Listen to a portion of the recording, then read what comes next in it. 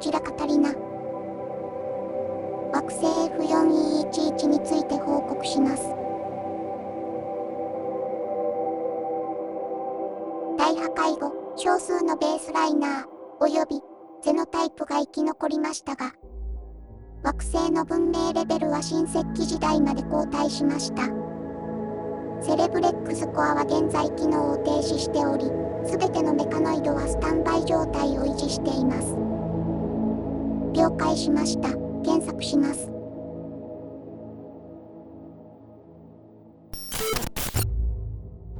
指定座標にてアニマツリーの発芽を確認しました。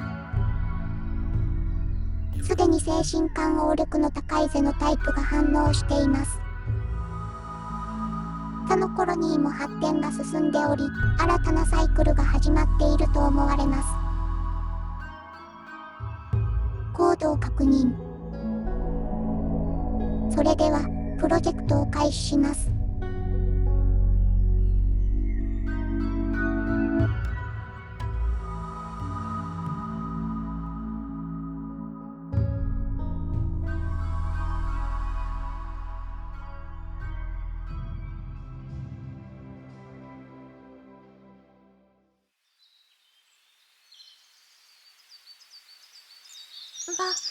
聞こえる。ロビ、どうしたの？読んでる。なんだ？わからない。ロビについてく。お兄ちゃん。こっちだ、千鳥、離れるな。ほんとだ、聞こえる。ここ、綺麗な木。確かに、聞こえる。木の声が聞こえる。アニマって言ってる。言葉が溢れてくる。すごい、頭に流れ込んでくる。これは一体。これは、知恵。アニマ様の知恵。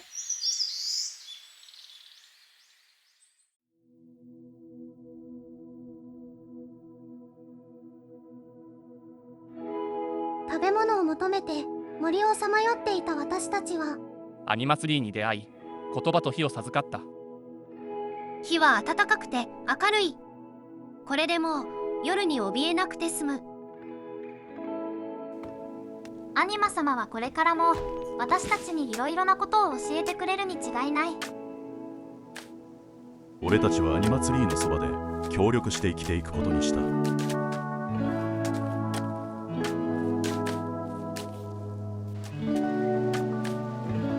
こんな感じか。そう、それで手で固めるんだ。あ、何これ？洞窟みたい。土で壁を作ってみたんだ。いいね。これなら雨に濡れずに眠れるね。すごい。フリオは賢い。アニマのおかげだよ、姉さん。瞑想したらアニマが作り方を教えてくれたんだ。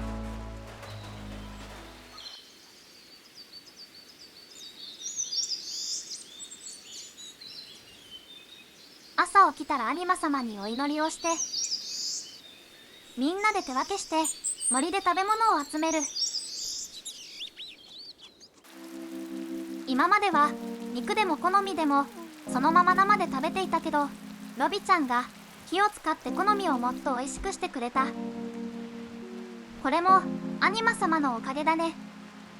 でも冬になったらどうしよう？そうだね、今まで冬は南の暖かいところに移動していたけど、ずっとここに住むなら冬に備えないと。ネズミやウサギを捕まえればいいんじゃないか。冬になったら動物は南に移動しちゃうよ。今のうちにいっぱい好みを集めておくとか。食料もだけど私たちは毛皮がないから冬になったら凍えちゃわない？火があるし、体を動かしていれば寒くないぞ。やっぱり冬は移動しないとダメかな。大丈夫だよ。アニマ様がきっといい知恵を授けてくれるはずだよ。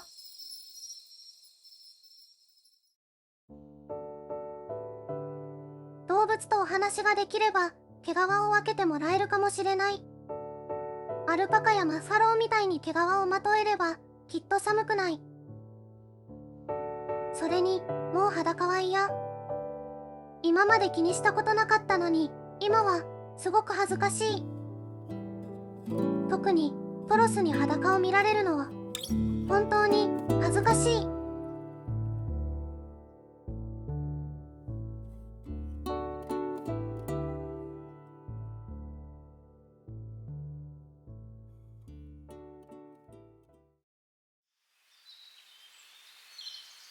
ロビちゃん、その牛どうしたの？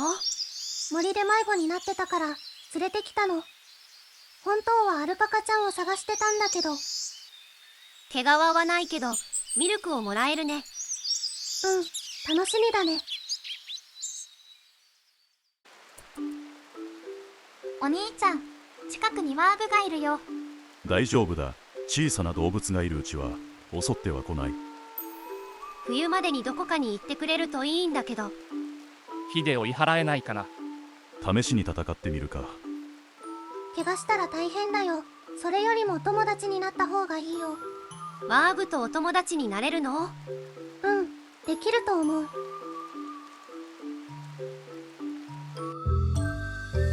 ロビちゃんはすごい。牛さんだけじゃなくてワーグまで手なずけちゃった。動物と仲良くなる才能があるのはロビちゃんだけだ。イセちゃんはお料理が上手だし、ブリオは頭が良くて、お兄ちゃんは強い。私も何か役に立ちたいな。もっと頑張ってお祈りしてアニマ様に知恵をもらわなきゃ。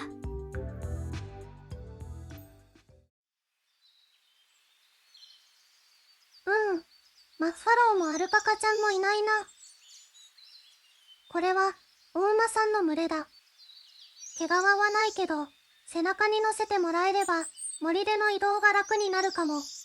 よし、みんなお友達にしようっと。動物が増えてきたから餌のことを考えないと。あとちゃんと囲いを作って草も育てよう。ここの土は他と違うな。ここでいろいろな草を育てれば僕たちの食べ物も増えるかも。よし、アニマに聞いていい知恵を授けてもらおう。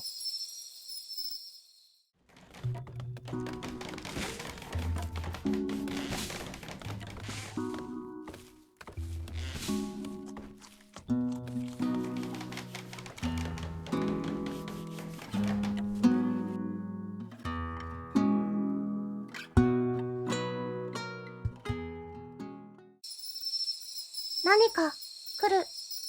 どうしたロビー？森にたくさんの人が入ってきたの。レイさん、どうしたの？森に人が？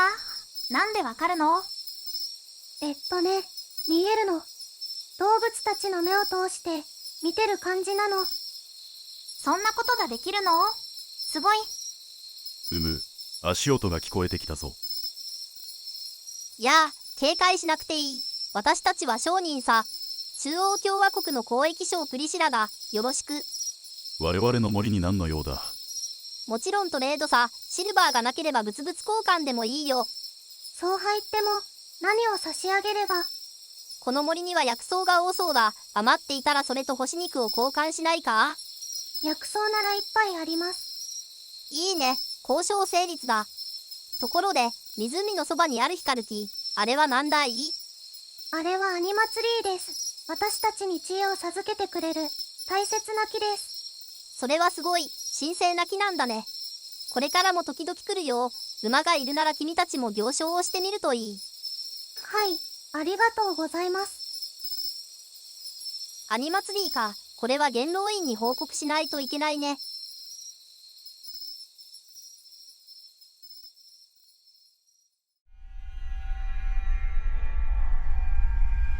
カタリナより報告いたします。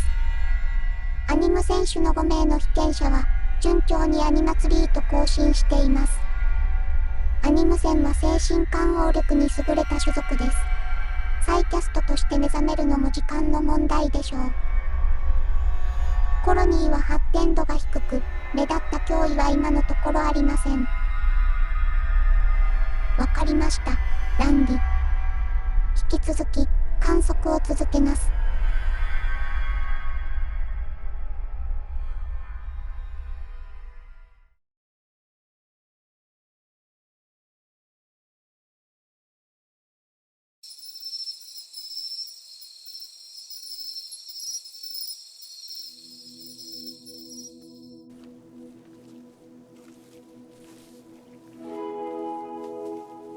鳥ちゃん、これは何を植えているの？お米だよ。とっても栄養があるってアニマ様が言ってたよ。あ、美味しいといいな。楽しみだね。他にも作物を教えてもらったからいろいろ試してみるよ。いいね。お肉はわーちゃんが取ってくれるから、お米と組み合わせたらきっと美味しいね。わーちゃん、それってワーグの名前？うん、女の子だからわーちゃん。単純かな。覚えやすくていいと思うよ。わ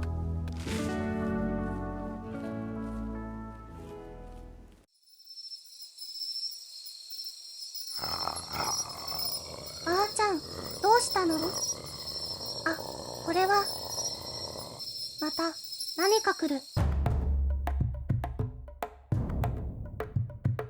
みんな起きて。敵か。何匹？人間だよ。一人みたい。餌の豊富な時期なのになんで襲ってくるの？わからない。でもすごい敵意だよ。馬や牛が目当てかもしれない。警戒しよ来た。わーちゃん。よし、俺たちも行くぞ。う。わかった。ふんふん。えい、こいつトロス、大丈夫？なんだこれは。爪か。大変。早く薬草を塗らないと。ひどい。何これ。まるでクマの爪にやられたみたいだよ。手元が光っていた。何か持っていたのかもしれないな。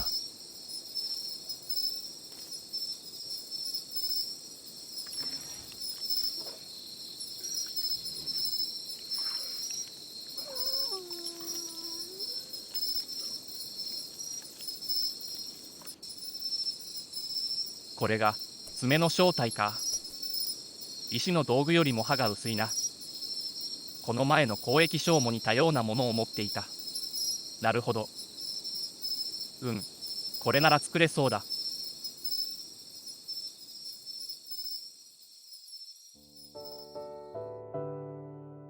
まだ痛い？大丈夫だ。ロビが看病してくれたおかげだな。群れの仲間だもん。当然だよ。ロビ、俺とつがいになるか。何？いきなり。また敵が来るかもしれない。強いやつが来たら群れを乗っ取られる。その前にお前を手に入れておきたい。でもそんないきなり。いやか。俺は群れの中ではお前が一番好きだ。嫌じゃないです。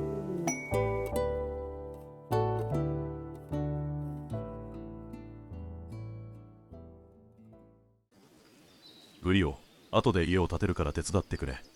いいよ。どこに作るの？場所はどこでもいい。俺とロビの家だ。お兄ちゃん、それって。わあ、トロスとロビちゃんでつがいになるの？トロスは群れのリーダーだ。いいと思うよ。おめでとう、姉さん。ありがとう。ブリオもそろそろ成人だろう。お前もつがいを決めておけ。千鳥はまだ子供だから伊勢がいいだろちょっと勝手に決めないでよ。そうだよ。僕はまだいいよ。俺たちはここで生きていくと決めたなら子を作らねばならない。アニマ様を守るためにも強いオスがもっと必要だ。確かにそうだね。私だけあぶれる。強いオスが見つかったらさらってきてやる。いいよ。自分で見つけるもん。もう笑い事じゃないわよ。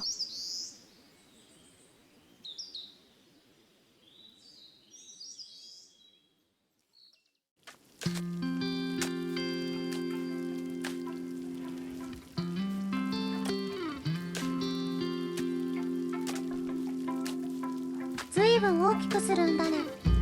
長の家だしね。それに雨が降ったら中で集会を開けるように広間もいるかなって。じゃあ中でお料理を作れるようにしたらどうかな。外で作ると鍋によく葉っぱとか入っちゃって困ってたの。わかった。台所も後で作っておくよ。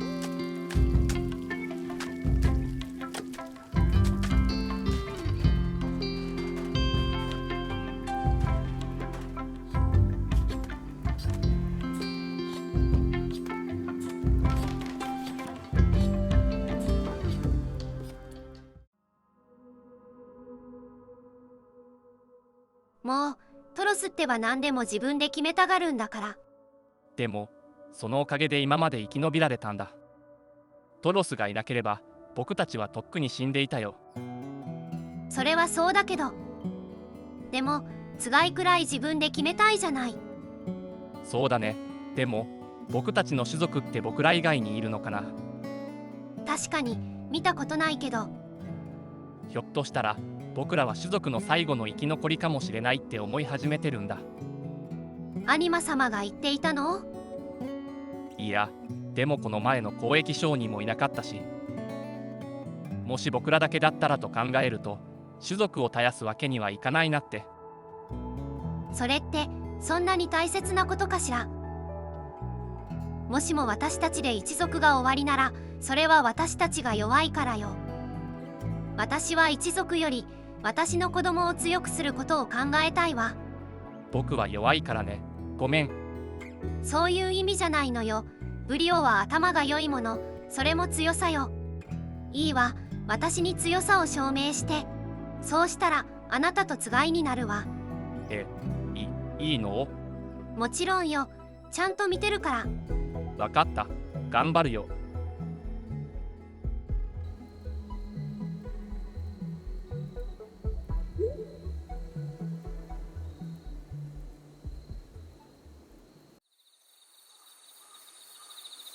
どう？トロス。ずっしりしていて威力がありそうだ。これなら熊の骨でも砕けそうだな。そのナイフだったか。そっちはどうなんだ？こっちは軽くて扱いやすいよ。動物の皮を剥いだり肉を削ぐのに使えるね。ただこの硬い素材を加工する方法がまだわからないんだ。今度交易商にも聞いてみるよ。これでこの前のようなやつが来ても追い返せそうだな。あれは何が目的だったんだろう。目つきがすごかったよ。まるで狂った獣のようだった。さあな、なんであれ。俺たちに害をなすなら殺すだけだ。そうだね。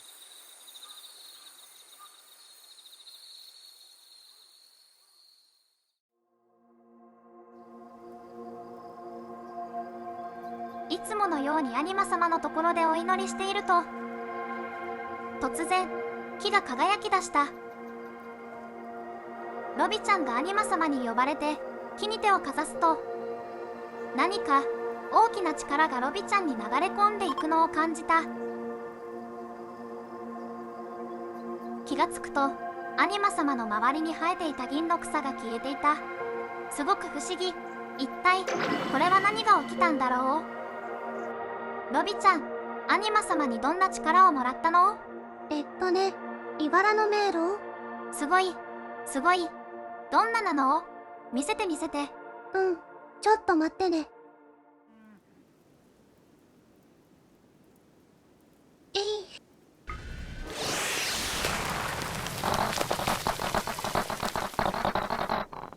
これが茨の迷路？そうみたい。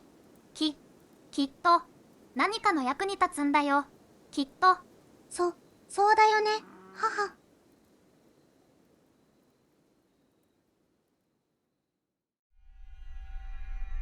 カタリナより報告いたします。被験者の1名が再キャストを習得しました。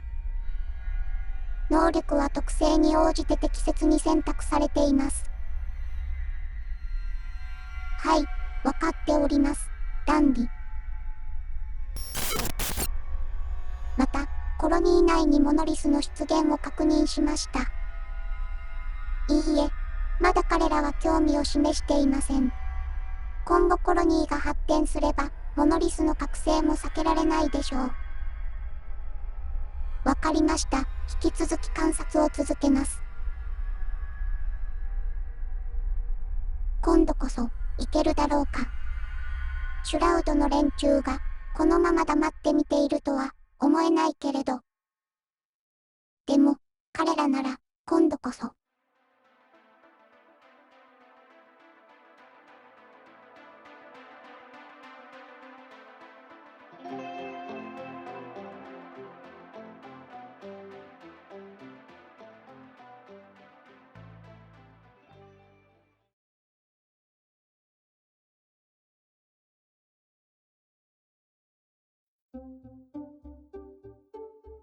交易商がこの森を光る谷と呼んだので、僕らもここを光る谷と呼ぶようになった。それからこの共同体はアニマの子らと名乗ることにした。正直なんでもよかったけど、名前がないと交易商が困るらしい。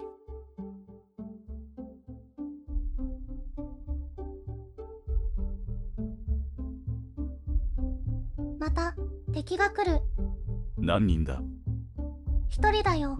なんだか見たことない種族だよ。姉さんは隠れていて、お腹の子に何かあったら大変だ。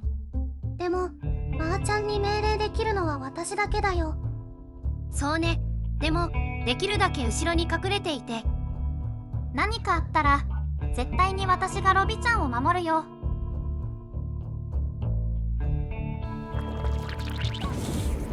ばあちゃん、火を吹いたよ。よくもやったわね。森が燃えちゃう。ロビちゃんはわっちゃんを助けてあげて。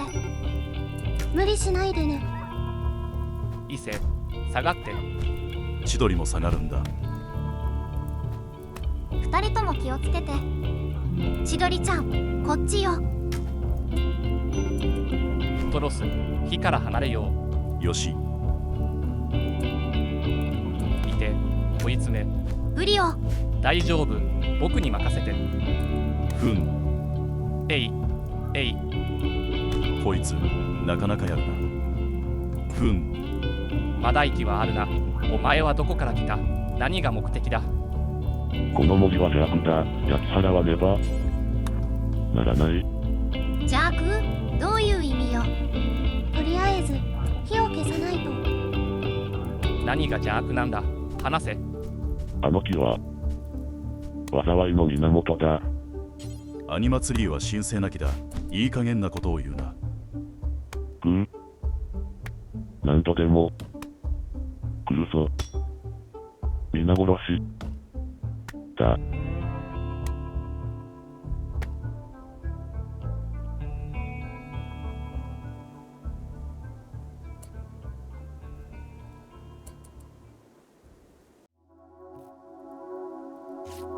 呪われているってどういうことかしら。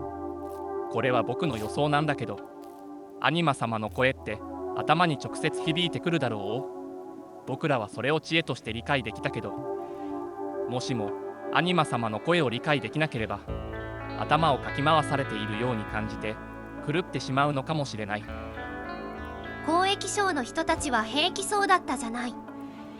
彼らにはそもそも声自体が聞こえないのかも。じゃあこれからもあんな連中が襲ってくるの？そう思うべきだね。何か考えないと。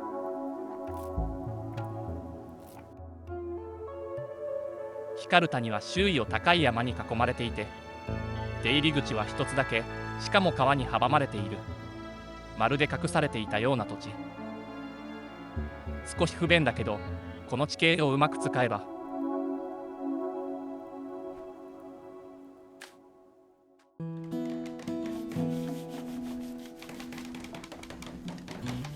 なるほど。木の柵で塞いでしまうというわけか。こうすれば冬に腹を空かせた獣が入り込むのも防げるし。だが寄付鬼野郎に燃やされないか。あいつが面白い武器を持っていたんだ。木の棒を糸でしならせて先が尖った棒を飛ばせるんだ。なんだそれは。そんなものが強いのか。後で使ってみてよ。きっと気に入ると思うよ。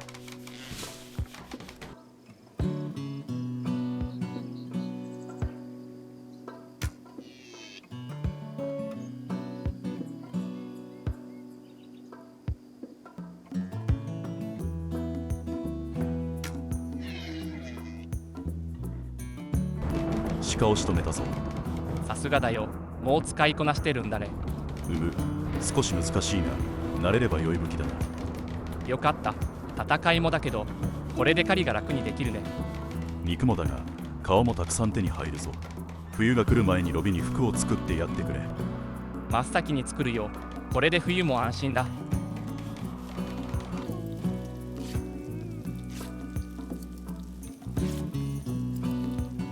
よし、できた。レイさん、服ができたよ。本当？ありがとう。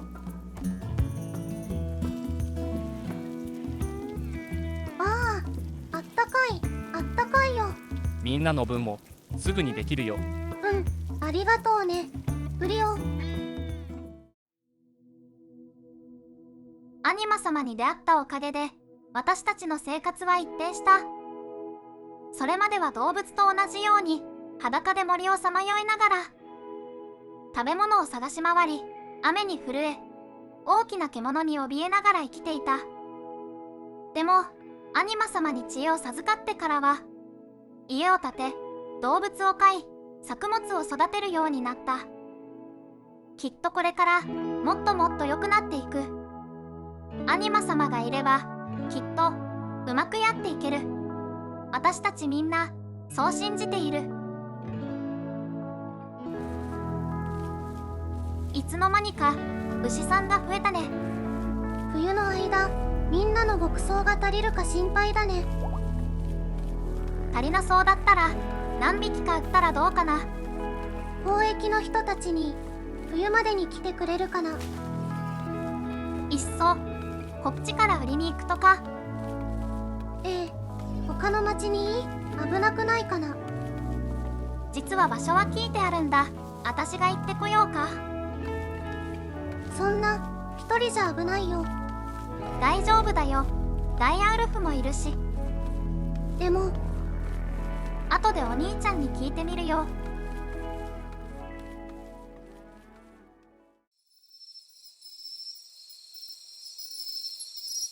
西方共和国の町営業所か。畑の収穫が落ち着いたら私が行ってくるよ。一人でなんて危ないわよ。でもお兄ちゃんとブリをガルスにしちゃうと森が襲われた時に大変だし、ロビちゃんは子供が生まれるし、伊勢ちゃんはお料理の仕事があるし、やっぱり私が行くべきかなって。いいだろう。護衛にダイアウルフを連れて行くんだぞ。本当？わーい、ありがとう。ちょっといいの？俺の妹だ。心配はいらん。場所はわかるのか？この前プリシラさんに聞いたんだよ。道があるから迷わないと思うよ。珍しいものとかいっぱい買ってくるね。気をつけてね。くさび、歩けるか？カク、もう歩けないよ。もういいよ。みんな虫に食べられちゃったし。諦めるな、くさび。くさび。誰か助けて。川沿いに子供が倒れていたって。虫に襲われて大人はみんな死んでしまったらしいの。かわいそうに助けてあげたいけど。気が狂ったりしないか？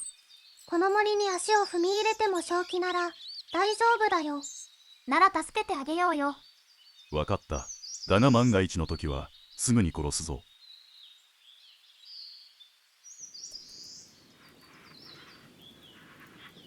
良い人たちに助けてもらえたね。そうだね。でもみんなで木にお祈りして変なの。そんなこと言っちゃダメだよ。追い出されたら大変だよ。だってあの木変なんだもん。なんか変なことばっかり言ってるし。木は喋らないよ。だって聞こえたもん。僕は何も聞こえないけどな。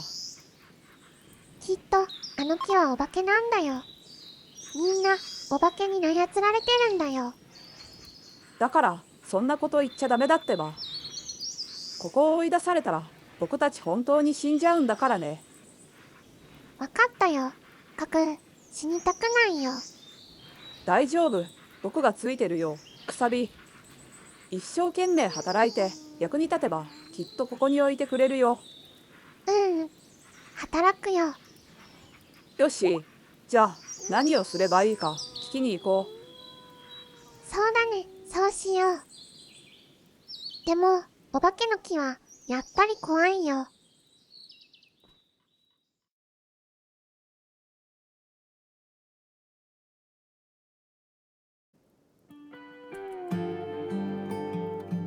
町まではどのくらいかかるの？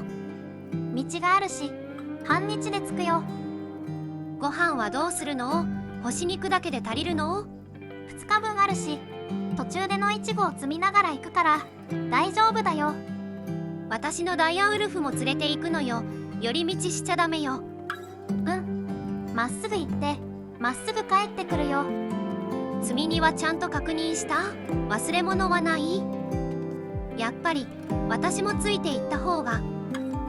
伊勢ちゃん、お母さんみたい。やあね、そこはお姉さんみたいって言ってよ。私、お母さんの顔覚えてないんだ。私を産んですぐに死んじゃったってお兄ちゃんが言ってた。そうね、出会った時はトロスと千鳥ちゃん2人きりだったもんね。凍えて死にそうだった私を助けてくれたのは忘れてないよ。それからロビちゃんとブリオに出会って思えば不思議だね。同じ種族の5人がこうして出会えたのってすごい偶然だよね。全てはアニマ様のお導きかもしれないわね。私にとってみんなは家族だよ。だから役に立てて嬉しいんだ。伊勢ちゃん、心配してくれてありがとうね。千鳥ちゃん、絶対無事に帰ってくるのよ。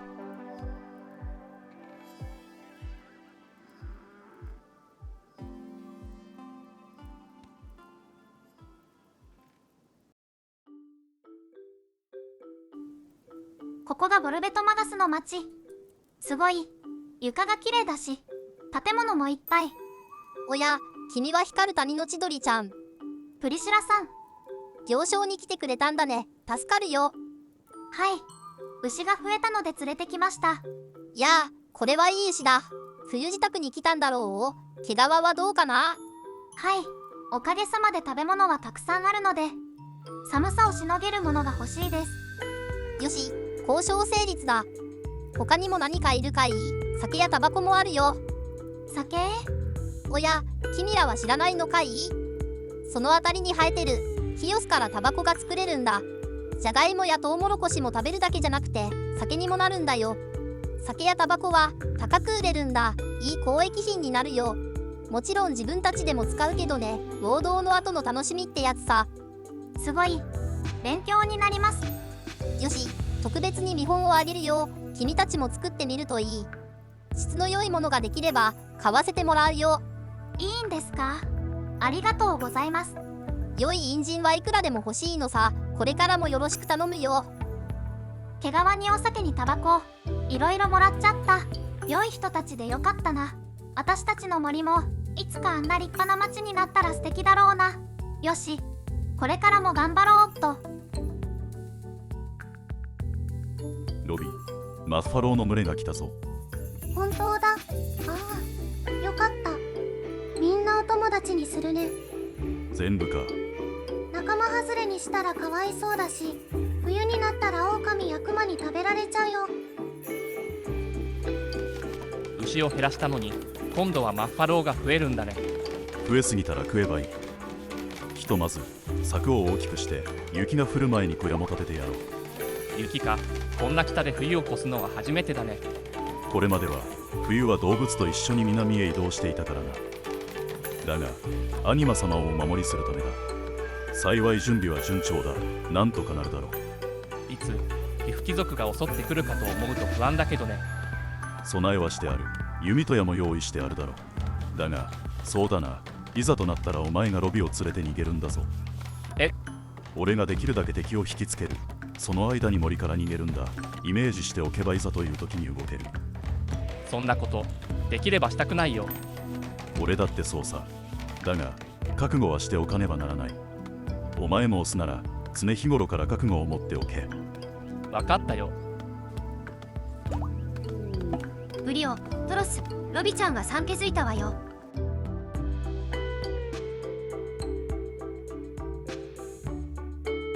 交易から帰ってきたら赤ちゃんが生まれていた。もっと早く帰ってくればよかった。私も生まれる時に立ち会いたかったな。でもすっごく可愛い。それにお兄ちゃんの顔、あんなに嬉しそうに笑うお兄ちゃん初めて見た。孤児の子たちもけなげに頑張って働いてるし、みんなが大人になった時ここはどうなってるんだろう。立派な町になってってるかも。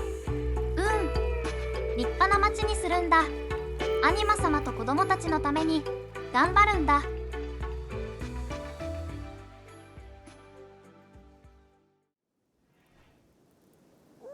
名前はなんてつけたの？ロボだよ。トロスがつけたの。男の子だったから嬉しかったのね。強く育てるって張り切ってるよ。無茶なことさせないといいんだけど。意外に甘やかしそうな気もするけどね。何にせよ未来の族長が生まれて安心だわ。伊勢ちゃんも早く赤ちゃん作ろうよ。簡単に言わないでよ。ブリオはダメなの？ダメってわけじゃないわよ。ただまだ時期じゃないってだけで。伊勢ちゃんがダメなら千鳥ちゃんをつがいにさせるってトロスが言ってたよ。まったくあの男は。ごめんね。でも群れのことを考えてのことだから。もしも伊勢ちゃんが良ければトロスと伊勢ちゃんで子供を作ってもいいよ。ちょっと変なこと言わないでよ。どうして？オスはブリオかトロスしかいないんだから。子供を増やすにはいい方法だと思うけど。私たちはもう動物じゃないのよ。そんなのダメ。第一、そんなのロビちゃんは平気なの？伊勢ちゃん以外だったら嫌かも。でも伊勢ちゃんは家族だから平気。私は嫌よ。いいわ。今度全員で話し合いましょう。ごめんね。変なこと言っちゃったね。いいのよ。ロビちゃんが自分よりみんなのことを考えているのはよくわかってるもの。だからこそ私もロビちゃんを大切に考えたいのよ。無理しちゃダメよ、ロビちゃん。ありがとう。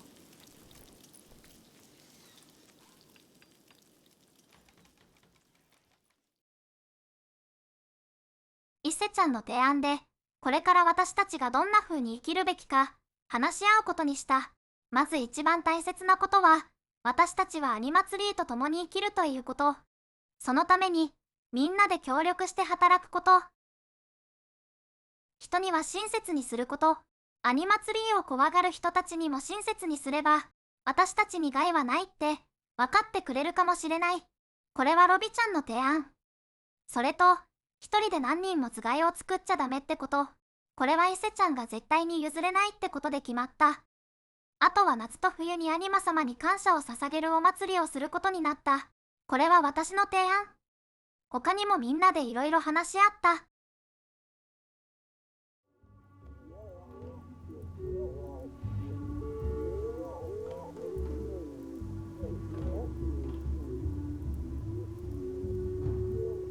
そしてアニマ様のお言葉で、ミコにはロビちゃんが選ばれた。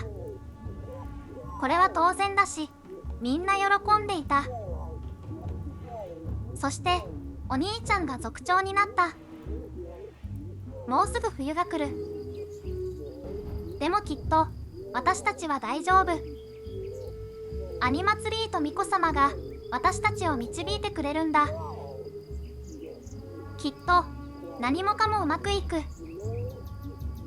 私たちは、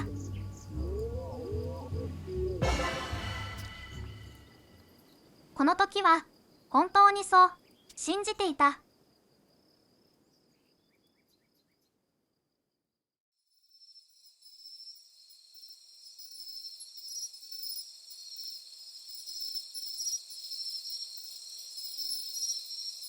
腹減った。なんだこの声は。誰だ痛い。頭。痛い。過去は未来である。痛い。殺す。ループ。痛い。ループを叩えよ。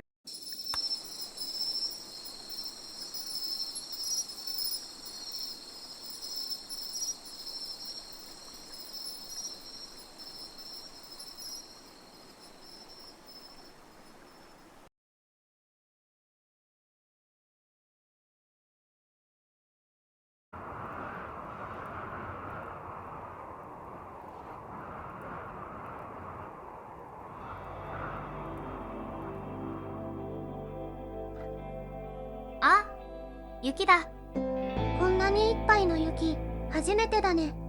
毛皮が間に合ってよかったね。これなら外で働いても凍えずに済む。でも肉が残りわずかよ。春まではお米とじゃがいもでしのがないと。牛とマッファローを一組ずつだけ残して肉にしよう。馬も冬は一組いればいい。春には子馬が大きくなっているだろう。うん、わかったよ。干し草をもっと作っていればよかったね。ごめんね、ロビちゃん。大丈夫、仕方ないよ。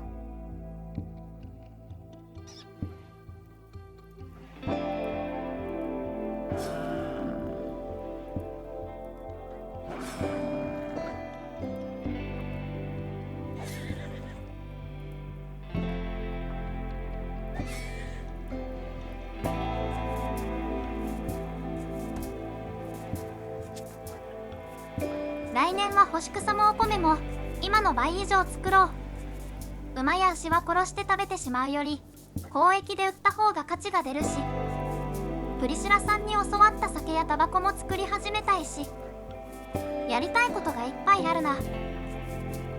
もっと働き手が欲しいけど、そうすると食料もたくさんいるし難しいな。冬で畑仕事がない間にできることをいろいろやっておこうっと。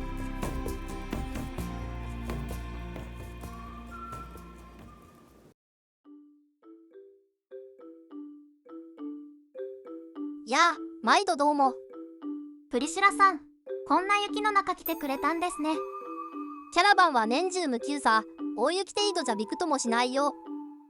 それに周辺の偵察も兼ねているからね。物資が厳しくなる冬はインビットたちの襲撃も多くなるしね。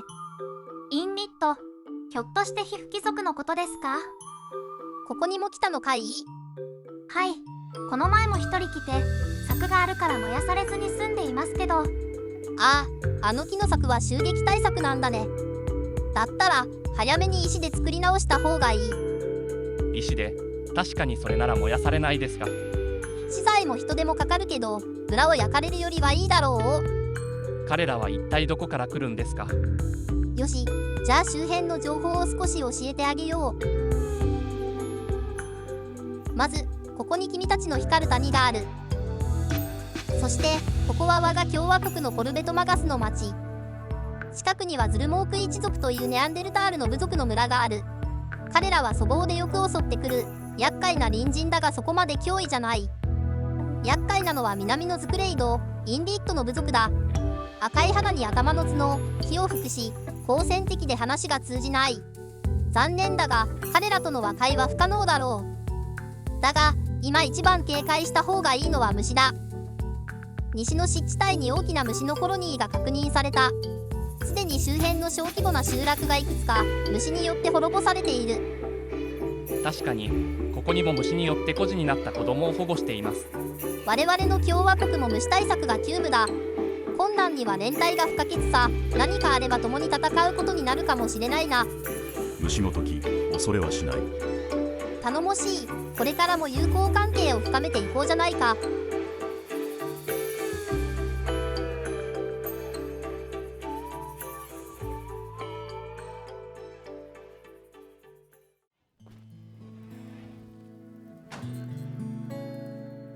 カク、背が伸びた。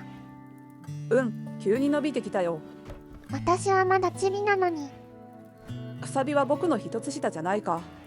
慌てなくてもすぐに大きくなるよ。大人になったらここを出て2人で暮らそうよ。どうして？ここはいい場所じゃないか。食べ物も壁もあるし、みんなも親切だ。僕たちのための小屋だって建ててくれたじゃないか。だってここにも虫が来るかもしれないって交易の人が言ってたし。どこに逃げたって虫は来るよ。戦うしかないんだよ、くさび。どこかに虫のいない土地があるかもしれないよ。そこに行こうよ。そんな場所があるならね。心配しないでくさび。僕が強くなって必ず君を守るから。わかったよ、カク。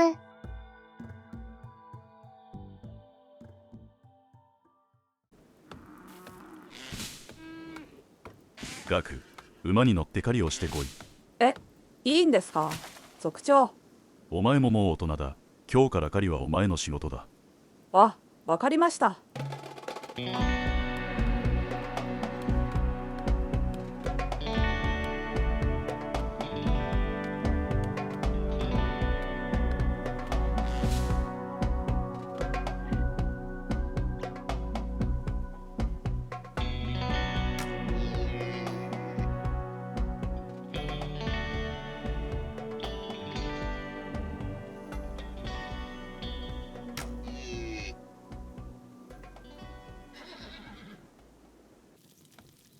族長、ガゼルを仕留めました。いい腕だ。これからは戦いにも参加してもらうぞ。はい、頑張ります。狩りをするなら護衛のオカミカワーグがいるね。森で見かけたらお友達になっておくから世話をしてね。はい、ありがとうございます、巫女様。初めて居場所を見つけた気がする。アニマ様の声は聞こえないけど、僕はここで巫女様をお守りするんだ。カク、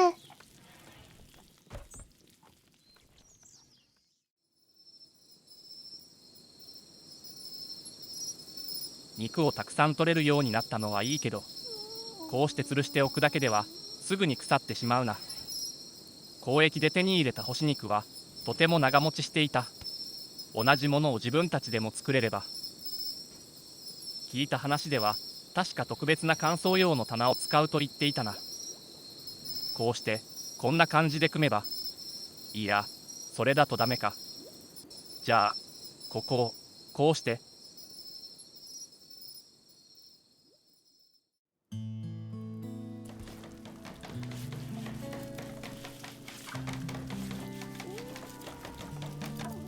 ブリオ、できたぞ。ありがとう、トロス。よし、ここに肉をかけて。これで干し肉ができるの？うん、外で乾燥させることで生肉よりずっと長持ちするよ。よかった。これで家畜を間引いても無駄にしないで済むのね。家畜用の干し草もこれで長持ちさせられるはずだ。あ、すごい。夏の間にいっぱい作れば安心だね。ありがとうブリオ、とっても助かるわ。役に立ちそうなアイデアが他にもいっぱいあるんだ。これからいろいろ作るから期待してて。わかったわ。でも無理はしないでね。うん、わかってる。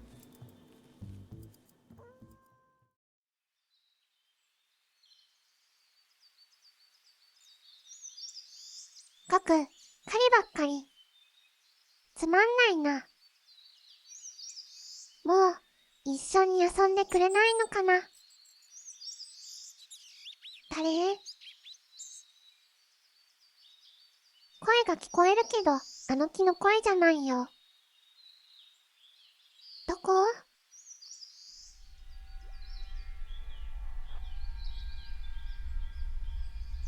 これだ、石が喋ってる。ループ？ループって何？虫のいない世界があるの？もっとお話しして。虫のいない世界にガクと行きたいよ。もっとお話。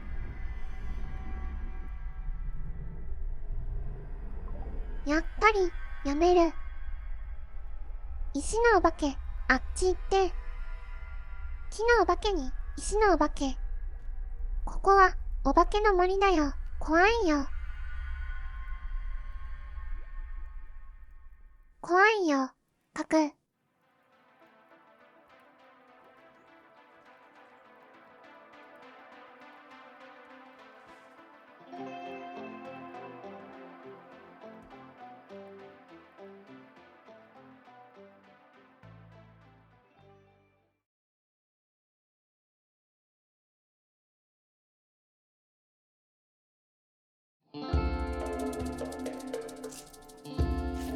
くさびも大人になったか。はい、おかげで大人になれました。はお前は以前洞窟で暮らしていたと言ったな。い、一族で洞窟に住んで採掘をしていました。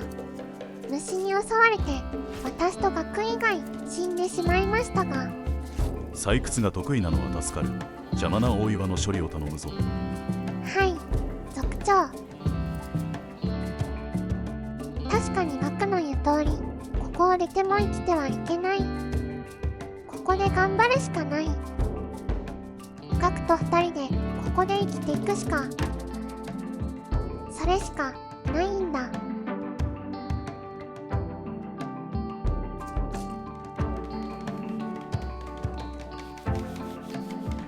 防壁は石で作るんじゃなかったのか。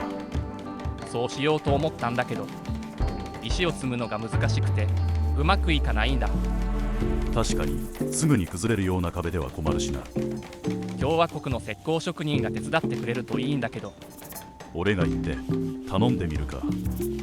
家畜を何匹か貢いだら来てくれるかな。わかった、頼んでみよう。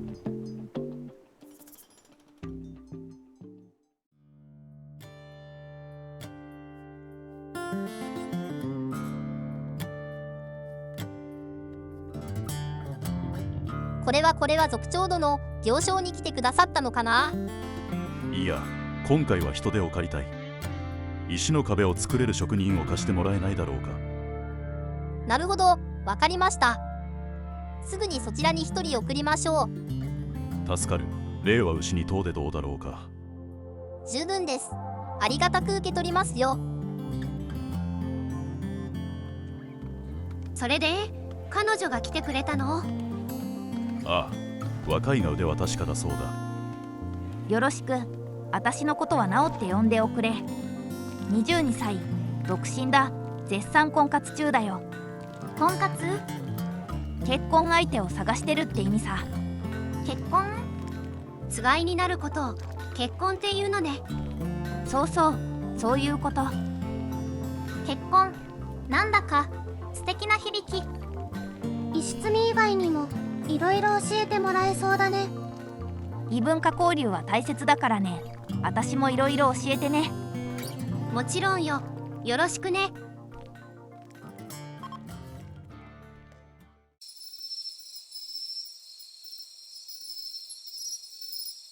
ふん、これがアニマツリーか。立派な木だけど、特に変わったところはなさそうだけど。元老院のじいさんたちはこの木を随分警戒しているようだけど、クリシラの言うようにそこまで危険なものには見えないね。元老院がこの谷をどうするつもりなのか、私にかかってるってわけか。まあ、しばらくこの村で暮らしていればいろいろ分かってくるでしょう。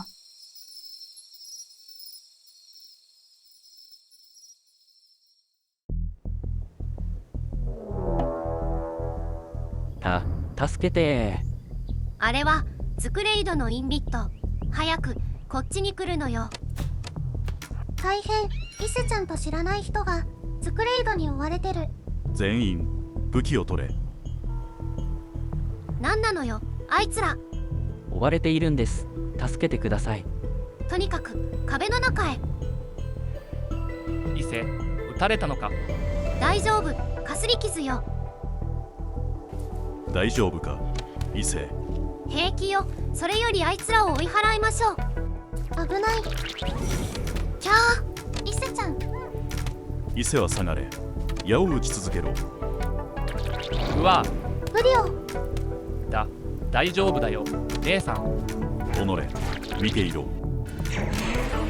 アニマ様にいただいた力を見せてやる。ふん。ばあちゃん、トロスを手伝って。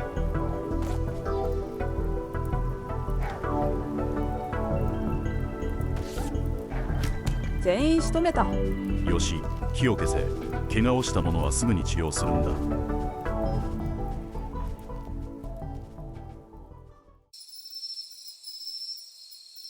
伊勢、しっかり。ブリオ、あなたも怪我してるじゃないの。大丈夫。僕もアニマ様に力をいただいてるんだ。傷を癒す力だ。すぐに治してあげるよ。ありがとう、ブリオ。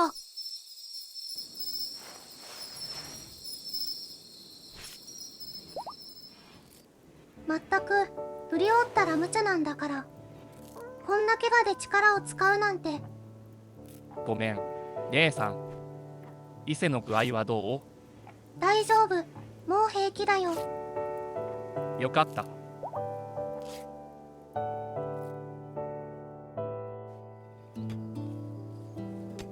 助けていただいてありがとうございます。私はブレイカーと言います。なぜズクレイドに追われていたんだ？集落が襲われ、私はズクレイドにさらわれました。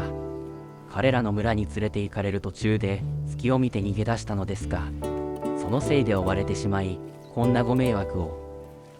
大変でしたね。助けることができてよかった。このご恩は命に代えてもどうかお仕えさせてください。行くあてがないなら好きなだけとどまるがいい。ありがとうございます。懸命に働きます。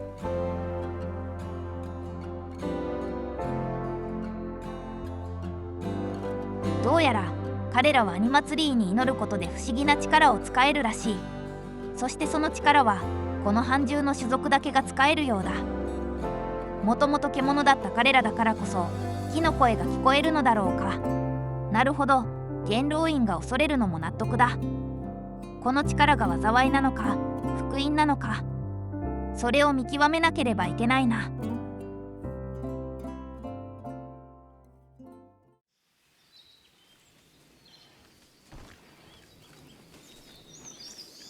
ブレーカーさんの村ってどこにあったの？ここから少し北の海の近くです。海か。見たことないよ。海はとても広いです。魚がたくさん取れるのでよく食べていましたよ。魚か。そこの川にもいるけど、すばしこくて取れたことないよ。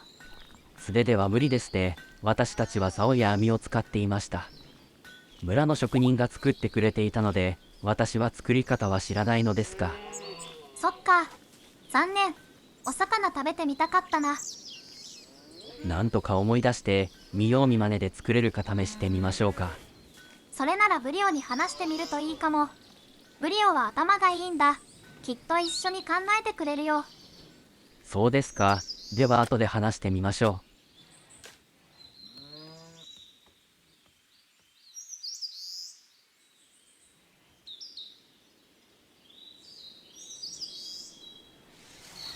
毛皮もいいのかい、ブリオさん。ブリオでいいですよ。おかげさまで良くなりました。あなたたちの種族は不思議な力が使えるんだね。ええ、アニマ様のご加護です。私には何も聞こえないんだけど、アニマ様はどんなことを話すんだい？知恵です。暮らしに役立つことやこの世界のことを教えてくれます。この世界？どんなことだい？僕もよく理解できないのですが、大いなる神が常に見ていると。神は優しくもあり厳しくもあると、そう言われていました。へえ、不思議だね。そして懸命に生きろといつもおっしゃいます。生きろか。だから僕たちはアニマ様の教えに従ってここで生きていくのです。もしアニマ様が他の部族を殺せと言ったらどうするんだい？そんなことを言われたことはないですが、そうですね。アニマ様がおっしゃるからには理由があるのだと思います。それを懸命に考えて話し合ってどうするかみんなで決めると思います。なるほど、君たちは善良な人々のようだ。我々共和国も良き隣人でいられるように努めよう。ええ、よろしくお願いします。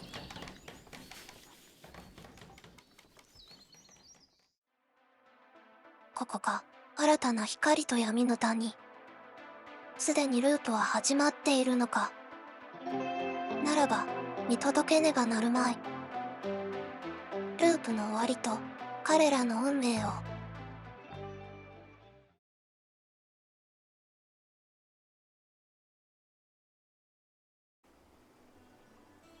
族長、ネザーと名乗る変なおばさんが村に入れろと言っています。敵ではなさそうか。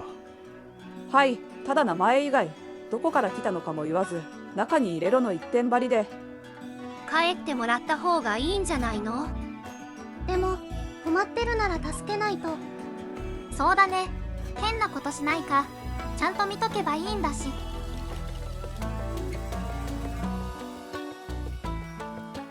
アニマの古来をよくお聞き。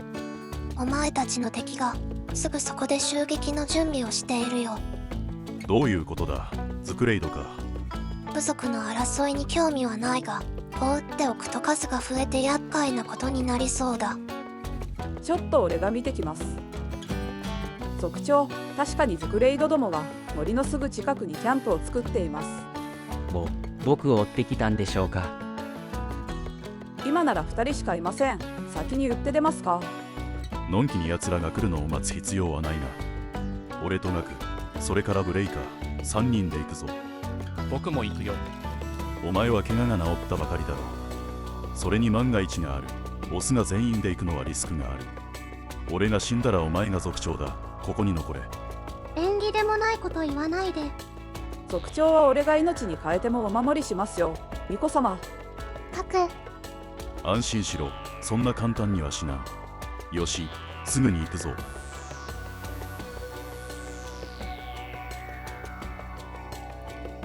あそこです、族長。こんな目と鼻の先で襲撃準備とは舐められたものだ。行くぞ、奴らに思い知らせてやる。はい。はい。馬に乗ったまま弓で攻撃しろ。奴らの火が届かない間合いから攻撃するんだ。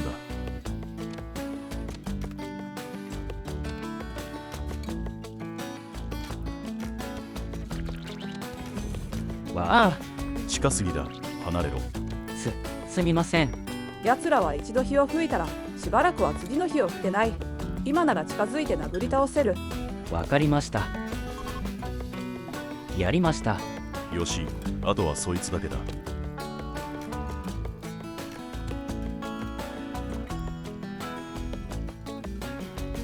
片付きましたね。これで奴らもしばらくはおとなしくなるだろう。2人ともまだ生きてますか。生かしてはおけん。殺すぞ。わかりました。わかりました。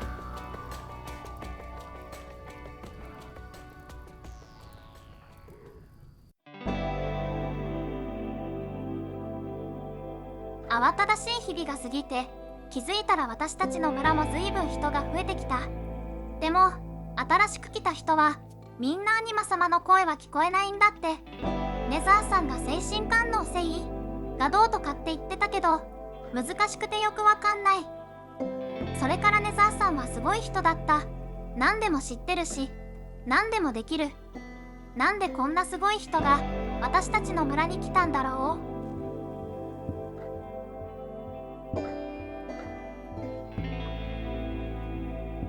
アニマの子らよ、お前たちがこの先繁栄を得たいなら知識を身につけることが肝要だ。この世界では多くを知る者だけが生き残れる。まずはそなたらに読み書きを教えてやろう。ありがとうございます、賢者様。知識の習得とその継承を決して怠るではないぞ。はい、わかりました。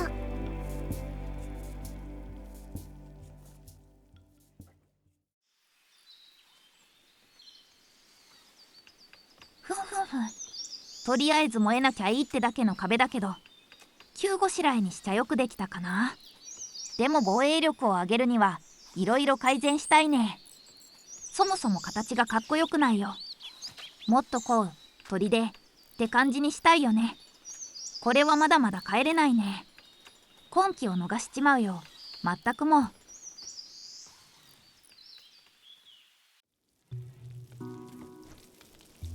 赤子の様子はどうだ？ここのところの暑さで食欲が落ちてます。部屋の温度が高すぎるのだ。室温を下げなければ熱中症になってしまうぞ。どこか温度の低いところに連れて行くしか。しばし待っておれ、良い手立てがある。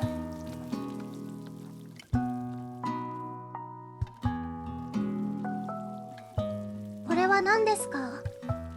気化熱クーラーだ。これに水を入れることで周囲の温度を下げることができる。すごい。そんなことが。温度が下がってきたぞ。これで赤子も健やかに過ごせるだろう。ありがとうございます、賢者様。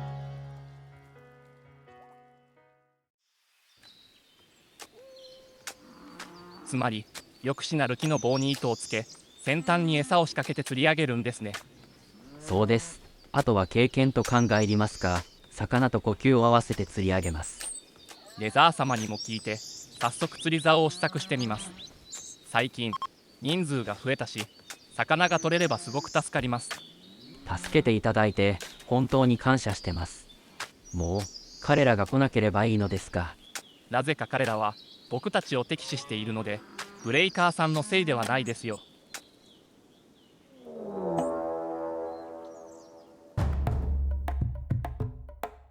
ズクレイドだよ、3人。キャンプが燃やされてご立腹か。壁は完成しているよ。よし、迎え撃つぞ。川を渡っています。矢追いかけろ。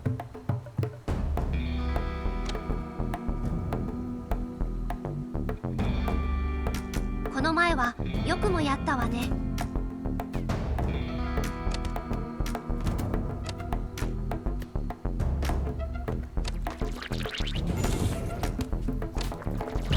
ガク、大丈夫？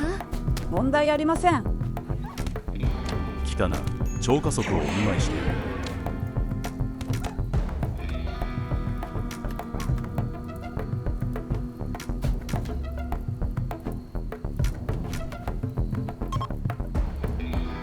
逃げていくわ。ダイヤウルフに追わせる。全員倒しました。よし、あとは火を消せ。ガク、息のあるものはとどめをさせ。わかりました。待って。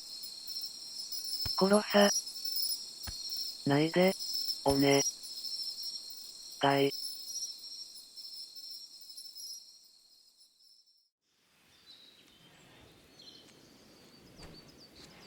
ロゴ、今日はご機嫌斜めだね。昨夜の襲撃が怖かったのかな。ロゴのお父さんはすごく強いから安心してね。アニマ様もいるし、お母さんもロゴのことを守るから。安心して大きくなるんだよ。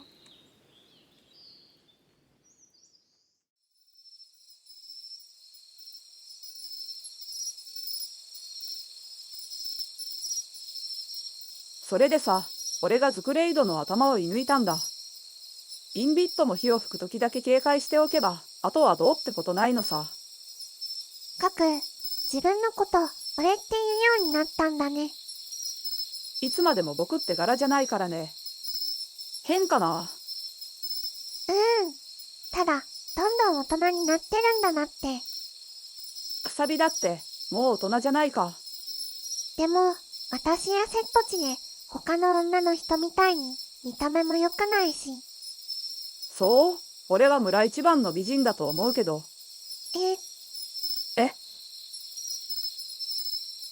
肌だって青黒くて白くないし。気にしたことないよ。私なんかでいいの？子供の時に約束しただろ。ずっと一緒にいようって。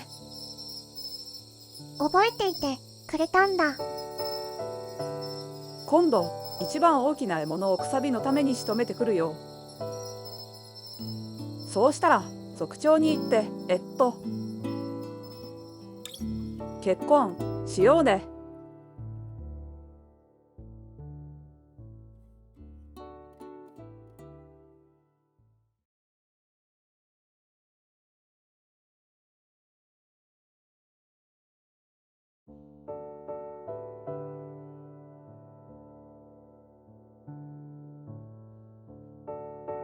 今日お兄ちゃんとロビちゃんが結婚式をした。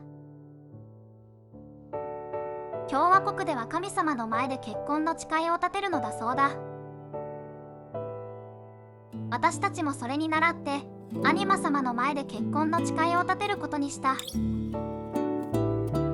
ロビちゃんが幸せそうに笑ってすごく素敵。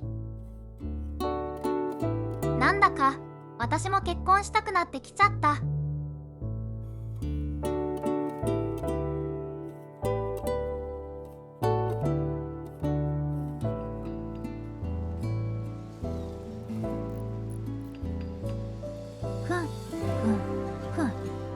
あれ、壁を作り直しているんですか？せっかくだからね、ズクレイドがビビって逃げ帰るような壁を作ろうかと。石材は足りるんですか？くさびちゃんが石切りを手伝ってくれてるからね、大丈夫だよ。あとは川を渡るための橋が欲しいね。ずっと考えているんですが、橋の構造はなかなか複雑で、でもネザー様に教えてもらいながら今頑張って設計しています。いいね。橋ができれば共和国の連中もびっくりするよ。ナオさんも共和国じゃないですか。それなんだけどね、共和国じゃいつまでたっても見習いだったから、自由にやれるこの谷にずっといられればいいなって思ってるんだ。それは助かります。みんなも喜ぶと思いますよ。よし、そうと決まれば本気で婚活もしなきゃね。ブリオさんは独身だよね。僕は好きな人が。じゃあちょっと若いけどガクは？ガクはくさびちゃんと子供の時から恋人ですし。ブレイカーさんはどうですか？ズクレイドに追われてた彼か、ちょっと頼りなさそうだけど、でも真面目で誠実そうな感じはポイント高いかな。よし、後でちょっと口説いてみるか。はは、頑張ってください。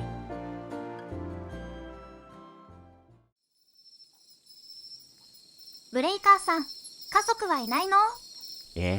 私は孤児だったので、強いて言えば私を拾ってくれた年老いた漁師が唯一の家族でした。ですが彼もズクレイドの襲撃で殺されてしまいました。辛かったんだね。そうですね。でも忙しく働けばいずれ悲しみも癒えるでしょう。私の尻尾触ってみる？尻尾ですか？モフモフしてるから癒されるよ。悲しいことがあると自分で自分の尻尾を触るんだ。そうするとちょっと元気になるの。ブレイカーさんなら触ってもいいよ。じゃあちょっとだけ。ひゃわわ、痛かったですか？くすぐったかった。知らなかった。人に触られるとくすぐったいんだね。申し訳ありませんでした。違うよ。もっと触っていいよ。いいんですか？でもなんか悪いことしてる気が。じゃあ私とつがいになる。千鳥さんと。獣の耳や尻尾があるのは嫌じゃないです。可愛いです。本当？嬉しい。ありがとう。そういう素直なところも可愛いです。私はブレイカーさんの優しい雰囲気が好き。尻尾の触り方も好き。本当ですか？なんだか照れますね。じゃあ僕でよければぜひ恋人にしてください。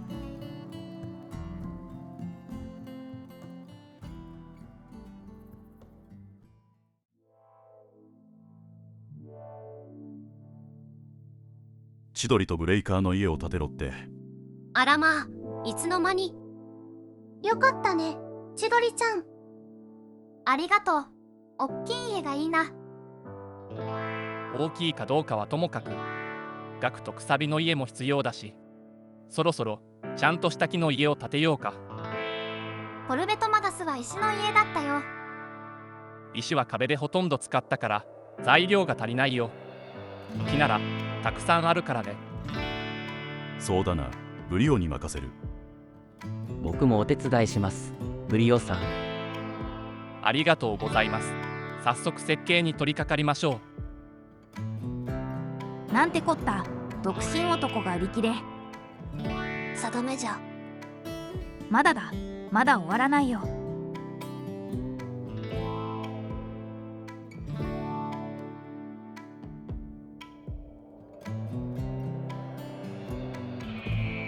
こっちの森を切り開いて集落を作ろうと思うんです。なるほど、谷の入り口に近い方が何かと便利ですしね。まずは族長の家からですか？そうですね。それと食堂とキッチンを建てて、それから各自の家を建てていきましょう。わかりました。少し新居をお待たせしてしまいますが、すみません。あはは、大丈夫です。急ぎませんよ。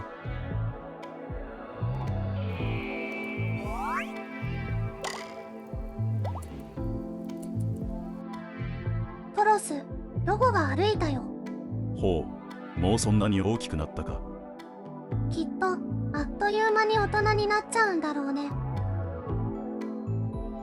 立派な戦士に育てないとな。武器はもう持てるのか。もうまだ3歳だよ。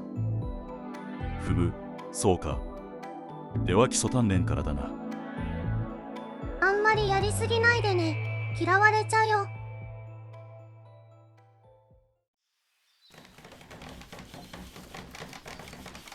お空ってなんだろう。風ってなんだろう。世界ってなんだろう。なんだろうがいっぱい。楽しいな。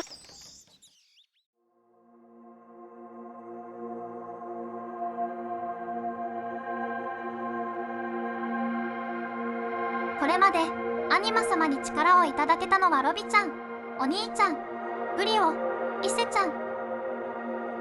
私はずっとお祈りしてたのになかなかもらえなかったけど、今日ついに私も力をもらうことができた。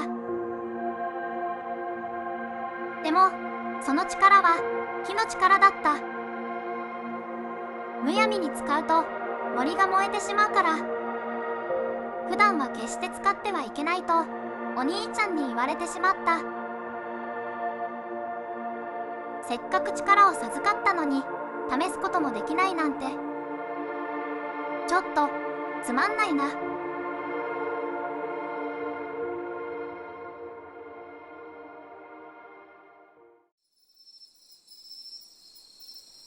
川で泳ぐの楽しいね。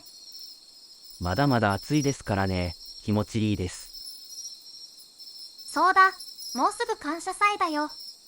アニマ様への感謝祭ですか？うん、作物もたくさん取れたし、家畜も元気だし。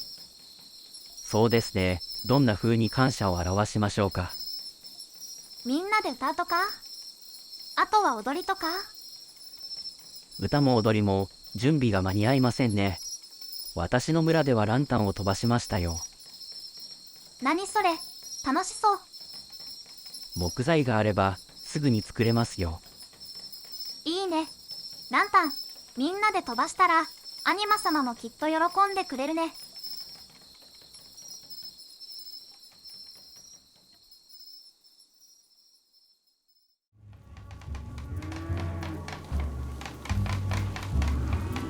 アニマ様に感謝を。どうかこれからも我々をお導きください。我々の敵を打ち払い、一族を守る力をお与えください。家畜を守り、多くの作物をお与えください。これからもみんなで仲良く暮らせますように。この谷に平和を、千鳥さんに幸福を。狩人として戦士としてこれからも精進を誓います。核が怪我をしませんように。いい男が空から降ってきますように。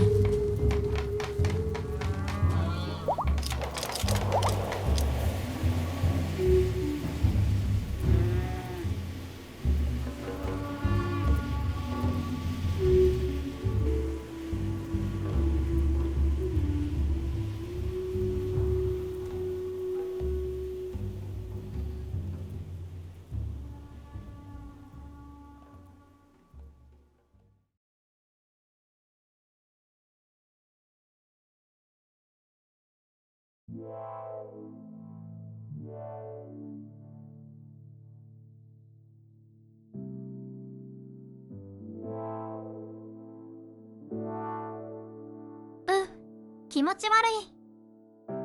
何か変なもの食べたかな。胃がムカムカするよ。それはつわりだよ、千鳥ちゃん。もうすぐ2人目が生まれる私が言うんだから間違いないよ。子供が？私がお母さん。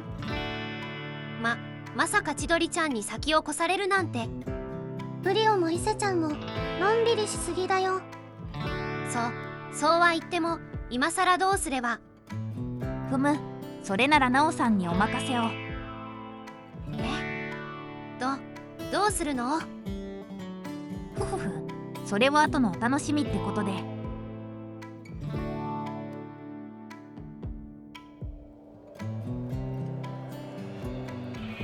今作っている各自の家、ブリオッチとイセッチは隣り合わせにする予定だったけど、それをこうしてしまうのさ。ちょっと待ってください。既成事実ってやつを作っちまうんだよ。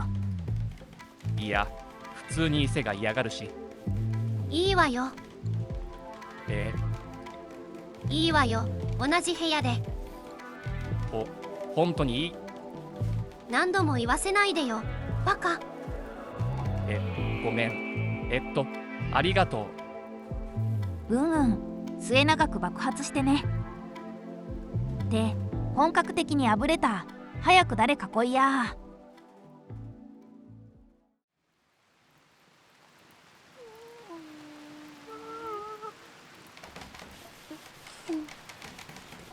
生まれる。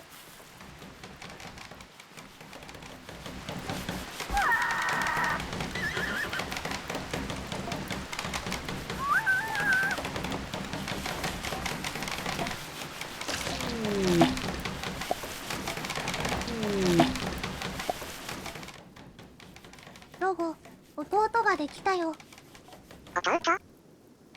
レブアっていう名前だよ。レブアは弟。お兄ちゃんだからね。仲良くしてあげてね。僕はお兄ちゃん。よろしくね、レブア。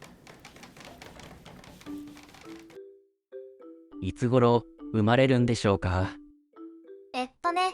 冬の初めだから、あともう少しだよ。男かな女かな、楽しみです。尻尾や耳はどうなるのかな？千鳥さんに似てくれた方がいいと思います。大丈夫だよ。どっちに似ても可愛いは確定だよ。健康で元気に生まれてくれればそれが一番ですしね。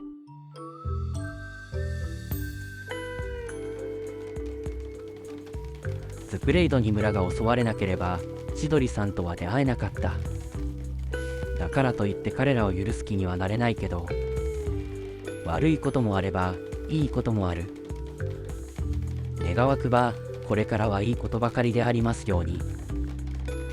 アニマ様のお導きを。せめて千鳥さんと子供のためなら、その不幸は我が身に背負わせてもらえますように。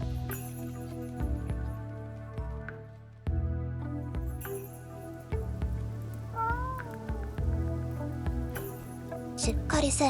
もっと生き物じゃ。千鳥さん、頑張ってください。痛いよ。レザー様、大丈夫でしょうか？男がうろたえるでない。お前は何もできぬのだから、せめて妻を勇気づけるがよい。わかりました。千鳥さん、もうすぐですよ。一緒に頑張りましょう。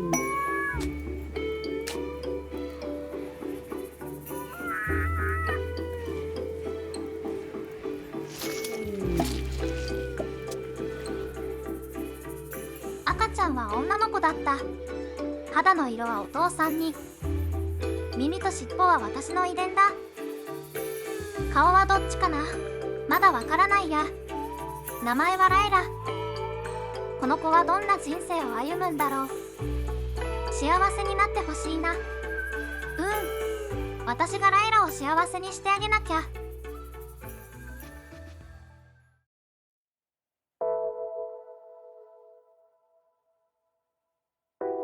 今年の冬は大雪で大変だけれど、全員で頑張ったおかげでとても立派な集落が出来上がりそうだ。次々と赤ん坊が生まれる中、伊勢も妊娠し、来年の夏には生まれる予定だ。もうすぐこの土地で2度目の新年を迎える。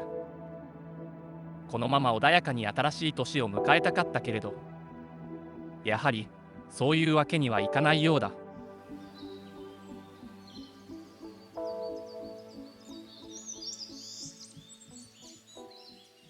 族長、またズクレイドどもが襲撃陣地を築いています。懲りない奴らだ。すぐに潰しに行くぞ。すぐに準備します。私も参加していいかい？構わん。弓と馬で戦うぞ。訓練は受けてるよ。私も村を守りたいからね。いい男がいたらさらっちゃおうっと。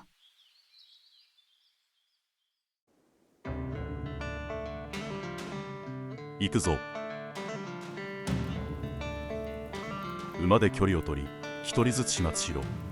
はい、族長。わかりました。よし、やるぞ。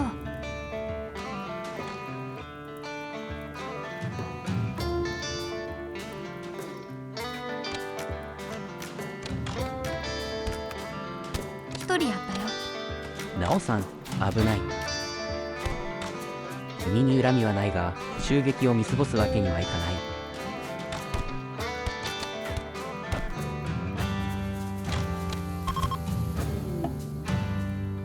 族長、最後の一人が逃げていきます。逃がすな、居抜け。やりました。ねえねえ、あの息のある男、私がもらってもいい？ダメだ。インビットを村に入れるなど許さん。残念、仕方ない。とどめを刺すよ。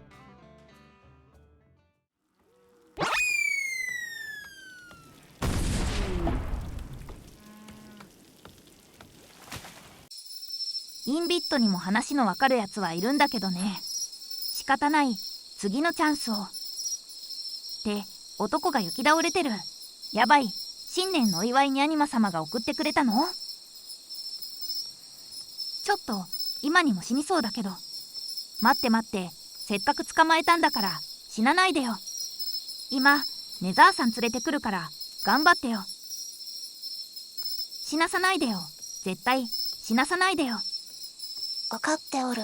うるさいやつじゃ。ここは？運が良かったの。あと一刻遅ければ間に合わなかったぞ。なぜこんな怪我を？古代の施設で乗り物を見つけ、興味本位で乗ったら空に打ち上げられてしまい。輸送ポットか。200年は前の機械じゃ壊れているに決まっておる。これも何かの定めであろう。生き延びたならば運命を受け入れるがよいぞ。ひょっとしたら息絶えていた方がマシだったかもしれんがな。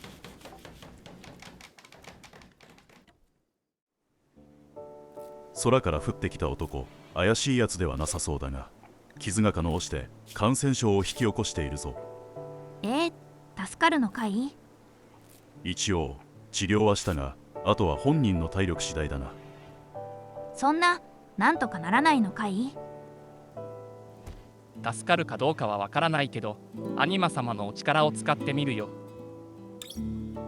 本当かい？ありがとう。助かったら一生アニマ様に忠誠を誓うよ。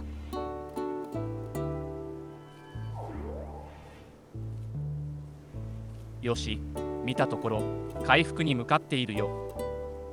あとは安静にしておけば大丈夫なはずだ。よかった。後の看病は私がやるよ。さあ、お水だよ。ありがとう。あなたは天使？そうだよ。あんたを助けた天使さ。しっかり休んで早く良くなるんだよ。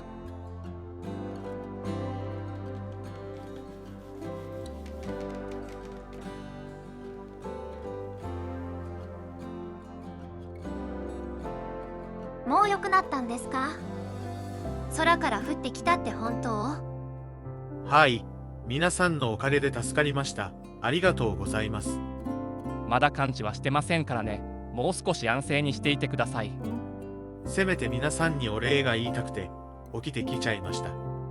ところでここはどの辺なんでしょう？ここはエベイウムじゃ。エベイウム。私はウォンバット砂漠のさらに南の町に住んでいたのですが。だいぶ飛ばされたな。帰るのは何尾するだろう。帰っちまうのかい？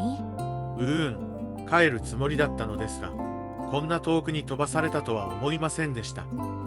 だったらここに住めばいいじゃないか。ご迷惑ではないでしょうか。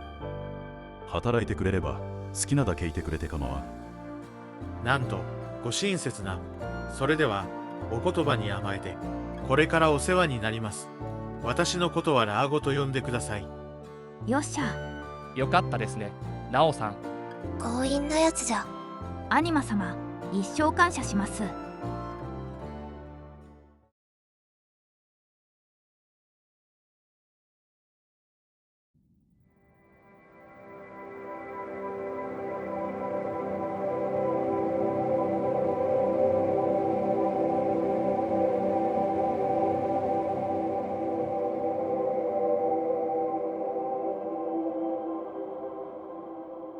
長官、調査中の星系に、新たに全 FTL 文明が見つかりました。やれやれ、こんな銀河の変縁にか。さらにテア銃のアノマリーも見つかりました。テア銃だと？それでは母星から上級調査員に来てもらわねばならないぞ。近くにワームホールもありませんし、来ていただくのに時間がかかりますね。こんな係装置にもならなそうな辺境の星系など、捨ておいてもいいのだろうが。でも放っておいたらいずれ鈍色の帝国に取られてしまいますよ。そうすると原住民は食料として飼育されることに。そうなる前に我が神聖アルドメリ帝国の庇護下に置いてやるべきか。これ以上の拡張は財政的にまずいと大臣に言われていたんだがな。テア銃のアノマリーがあるなら、科学部門は賛成するのでは？そうだな、科学部門の連中を怒らせると鬱陶しいからな。国務大臣の渋面の方がマシか。建設船を呼び寄せろ。とりあえず観測地点として本国に報告する。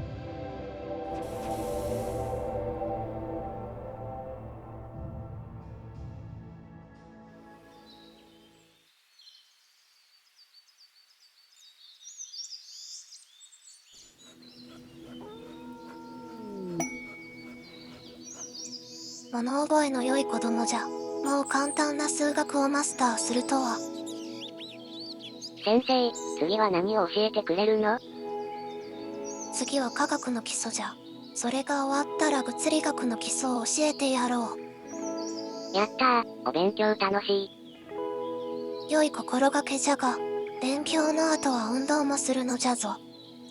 いくら知恵があろうとも、己の身も守れぬようでは無駄になってしまうからの。はい、わかりました。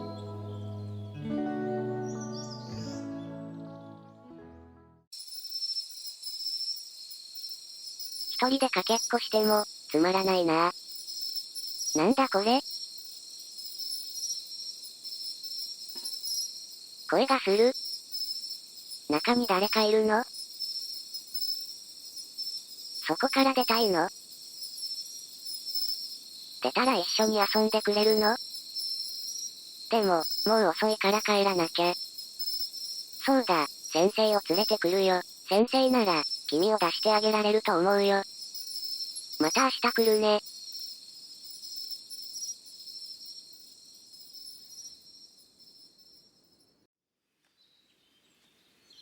先生、これこれ。見つけてしまったか。子供に干渉するとは、悪知恵を働かせおって。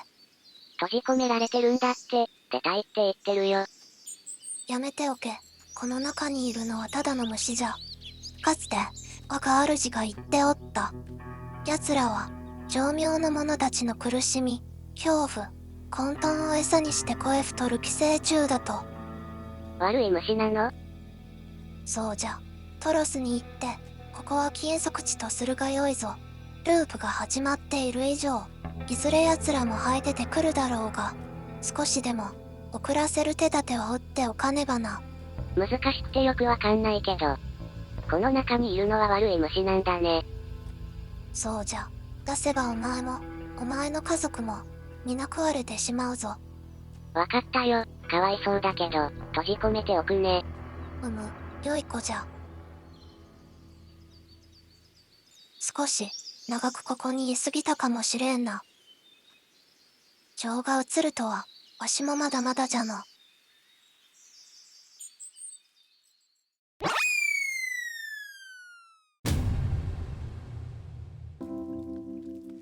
また男が降ってきただって？ラーゴさんと同じような機械に乗って降ってきたようですね。まさか、チェーン。知り合いですか？同じ町に住んでいた私の幼馴染です。ラーゴ。チェーン、なんでお前がここに？オメが空を飛んでったって聞いたからオラも機械に乗っただよ。オメが無事でよかったよ。おめえはほんとバカだな。無茶しやがって。とりあえず治療はしたのでここでゆっくり養生してください。食事を持ってきたよ。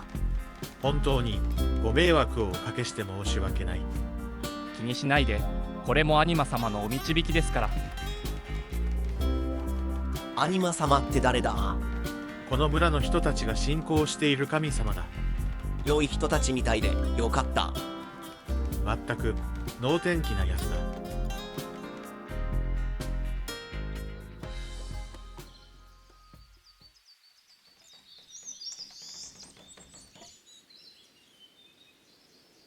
ネザーよ、今回のことどう思う？どうとは？妙な機械で男が2人空から落ちてくる偶然などあろうか。そんなものあるわけなかろうな。あの機械はな、太古の昔、弱い部族が強い部族に貢ぎ物を送るのに使っておったのじゃ。ではここにはかつて強い部族がいたというのか？そうかもしれぬ。もしくはもっと恐ろしいものがいたのやもしれぬ。あの石の祭壇か？いずれにせよ、ここは特別な土地なのじゃ。この土地に住まうからには相応の覚悟がいるぞ。俺たちはアニマツリーに導かれてここまで来た。もはや獣に戻る道はない。ならばアニマと運命を共にするしかあるまい。良い覚悟じゃ。その運命見届けさせてもらうぞ。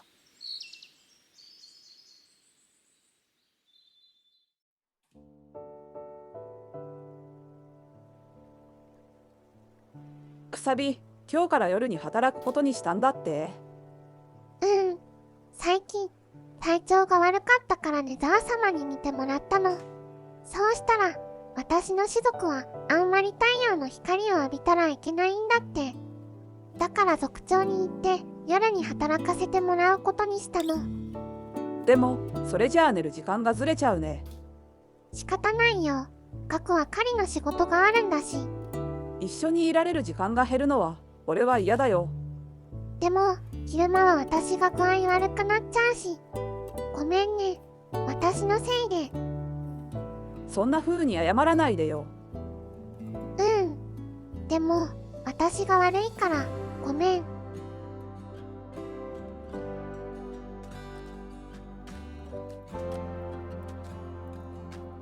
ガク、私のこと嫌いになっちゃうかな。でも昼間働けないし、どうしよう。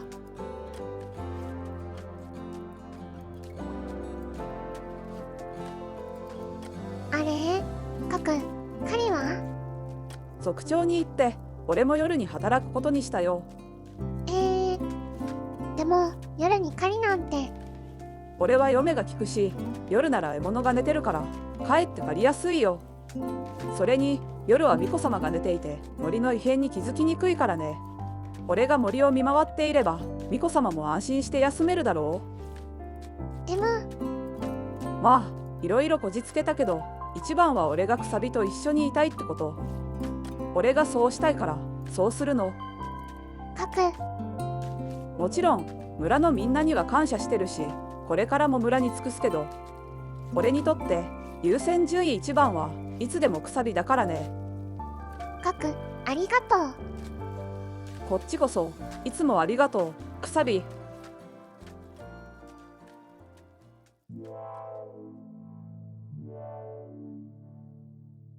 チェンさんとラーゴさんは同じ部屋を使ってもらいますね。ナオさんがベッドを2つ作っておいてくれたのでちょうどよかったですね。一つは私のベッドのつもりだったのに。いきなりナオさんと同室とかラーゴさんがかわいそうでしょ。ちょっとどういう意味よ。肉食獣と同じ部屋とか気の毒ですし。人聞き悪いな。その気がなければ襲ったりしないもん。信用できないし、チェンさんもラーゴさんと同室なら心強いでしょ。知恵、いいもん。男が2人増えたから期待も2倍だもんね。男なら誰でもいいみたいなのはちょっと。ムキ、こっちはね襟好みしてる余裕はないのよ。婚活なめんな。普通は結婚より恋愛の方が先でしょ。結婚する努力より好きな人を見つける努力でしょ。正論パンチうざい。既婚者にこの気持ちがわかるか。バーカ。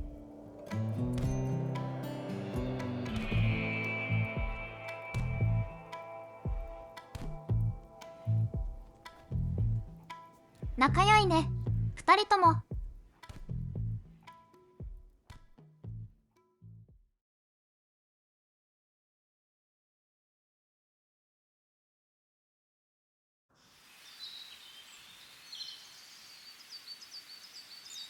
暴走したモルモットの群れが森に入ってきたよ。弱い動物だが数が多いと厄介だな。みんな壁に集まれ。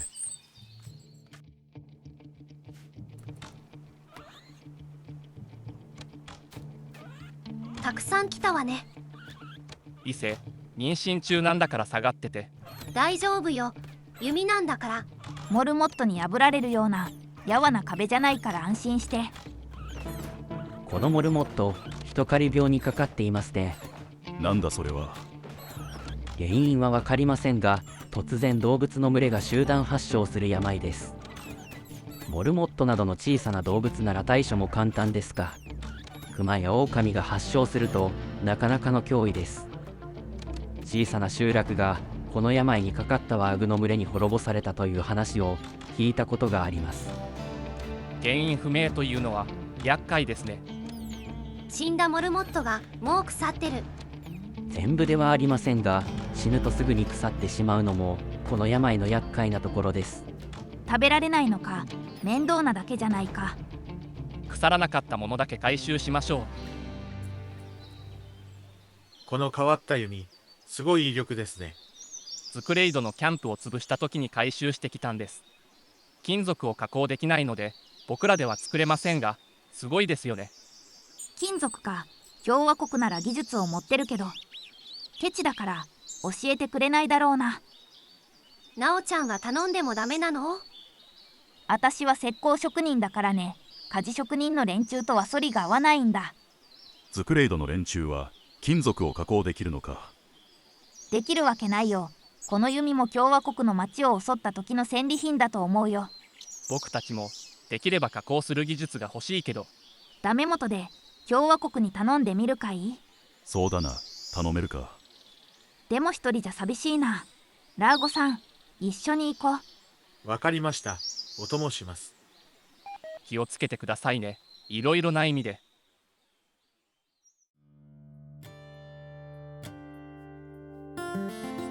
アンビアナムに知り合いの議員がいるからそっちに行くね。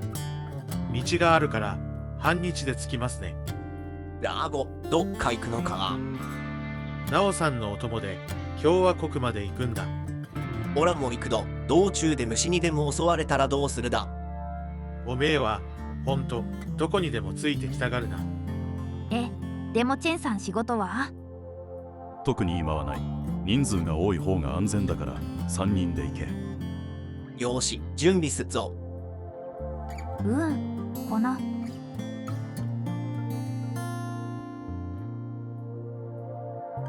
ラーゴよ、本当に帰らねえつもりか？こっから村まで歩いたら一月はかかるだろう。途中で砂漠もある。無理に戻るよりここで生きるさ。せっかく嫁っ子もら話もあったでねか。何ですと？あれは親が勝手に決めたんだ。お前だってドルナの娘をもらうはずだったろ。オラも親が決めただよ。まだ早えと言ったんだがな。そうなのか？てっきり喜んでると。だったらいや、なんでもねえ。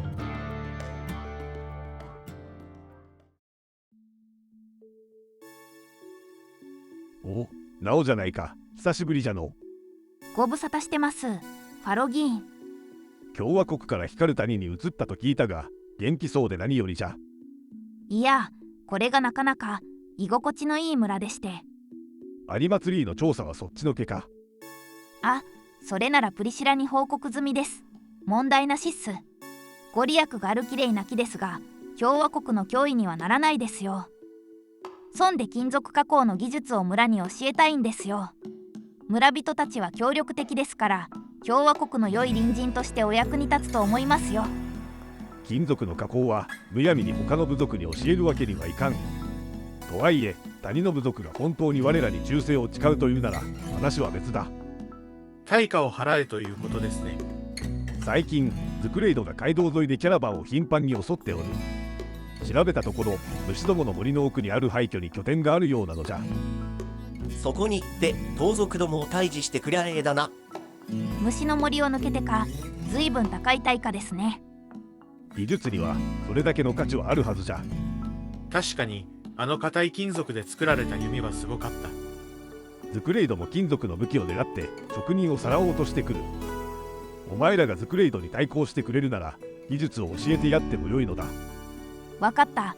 族長に相談してみますよ。とはいえ選択肢はなさそうだけどね。良い知らせを待っておるぞ。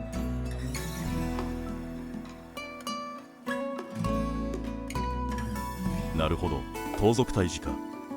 まあただで教えてもらえるわけないからね。でも虫の森の中に入るの？しかもそこに何人いるかわからないんでしょ？それでもやるしかあるまい。俺とガク、ブレイカー。はいはい。ナオとラーゴとチェンも来てくれ。任せといて。頑張ります。腕が鳴るだよ。それと千鳥。私もいいの？虫がいるならお前の力が役に立つだろほんと頑張るよ。ライラの世話は私がするね。うん、よろしくね。みんな無事に帰ってきてよね。カク、怪我しないでね。心配いらないよ。虫もズクレイドもやっつけてくるよ。ブリオ、留守は任せたぞ。こっちは心配いらないから必ず生きて帰ってきて。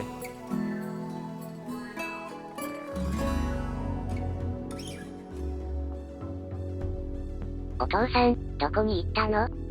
悪い人をやっつけに行ったんだよ。すごい、お父さんは強いんだね。強いだけじゃなくてみんなから信頼されているんだよ。族長ってすごいんだね。お主もいずれ父のような立派な男になるのじゃぞ。なれるかな？大丈夫、きっとなれるよ。はい、僕、頑張るね。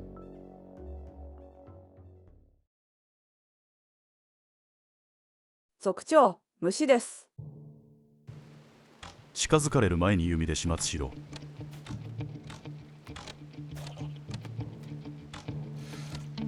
まだ幼虫ですね。でかいやつはいなそうだな。ここも虫の巣だらけだよ。また来ます。一匹一匹は弱いけど数が多いのが厄介だね。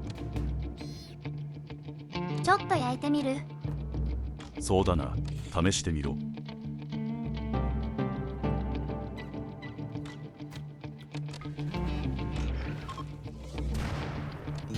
あ、すげえ。これがアニマ様の力か。使いどころの難しそうな力だね。確かにこれは村で使ったら大変だわ。いざという時の切り札だな。ここが盗賊の拠点？そのはずだが虫しかいないな。人の気配がありませんね。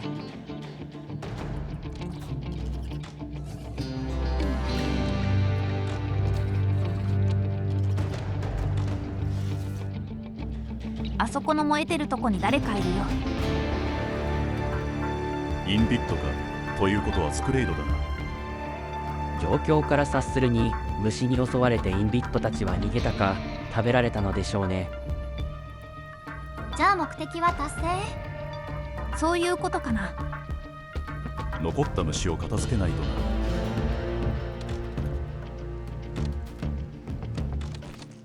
腹減った。虫なら食い放題だな。虫はやだな。結構食えるべ。うちの村では普通に食ってましたよ。食べてみようかな。お腹を壊すかもしれませんよ。虫のゼリーは栄養満点、元気のもとだめ。ふむ、いくつか持って帰っているみんなチャレンジャーだな。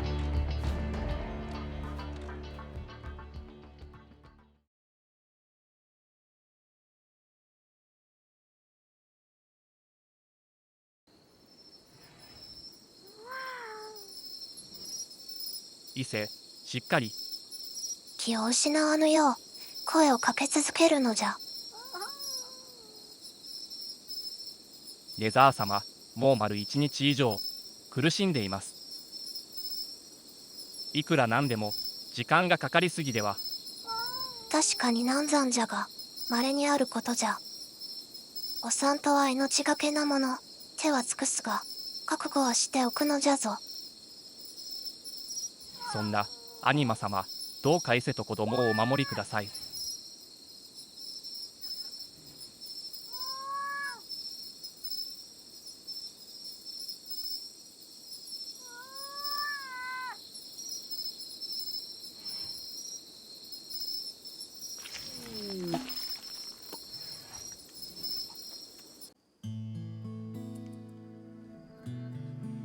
死ぬかと思ったわ。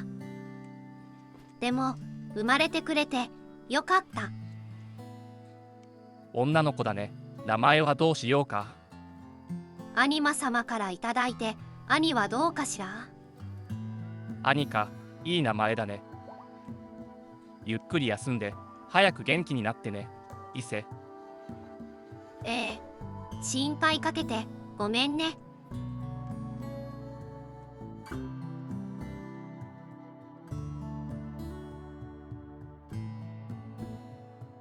皆が帰ってきたよ。誰も怪我してない？うん、元気そうだよ。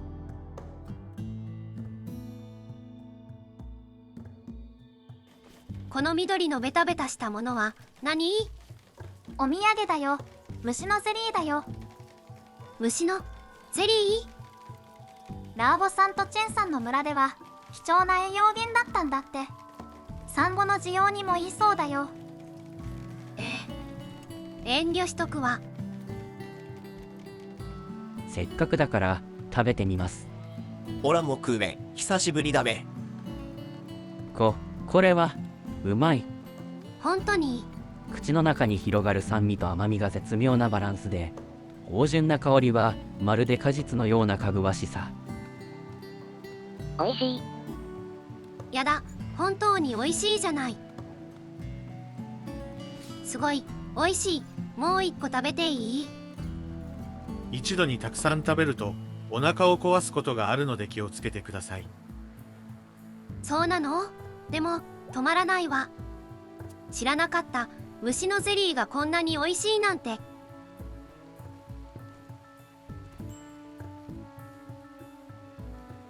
本当だ。虫は珍味と聞いたことはあったけど、これなら定期的に虫狩りに行くのもいいかもね。砂漠の民は農作の代わりに虫を飼育して虫肉やゼリーを食べて生きていますよ。へえ、虫を飼いならすなんてすごいね。飼育方法は秘伝らしく教えてはくれませんでしたが、熟練の虫使いは巨大な虫でも従えることができるようです。虫を戦闘に使うのか脅威になりうるな。虫は自分の巣を離れるのを嫌がるので連れて旅はできないのです。なら防衛で使うのか。ええ、ですので砂漠の民にはズクレイドですら手を出しません。なるほどな。ゼリーは食べないので。俺は芋のミルク煮が好きなんだ。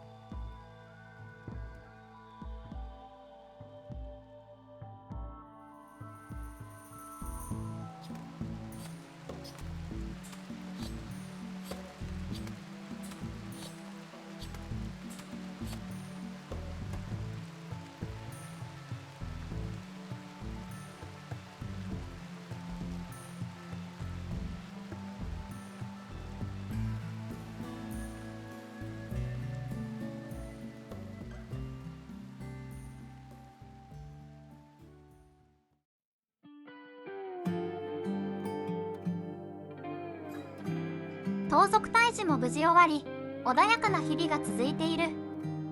ネザー様に私たちの種族はアニムセンというのだと教えてもらった。もともと数は少なかったらしい。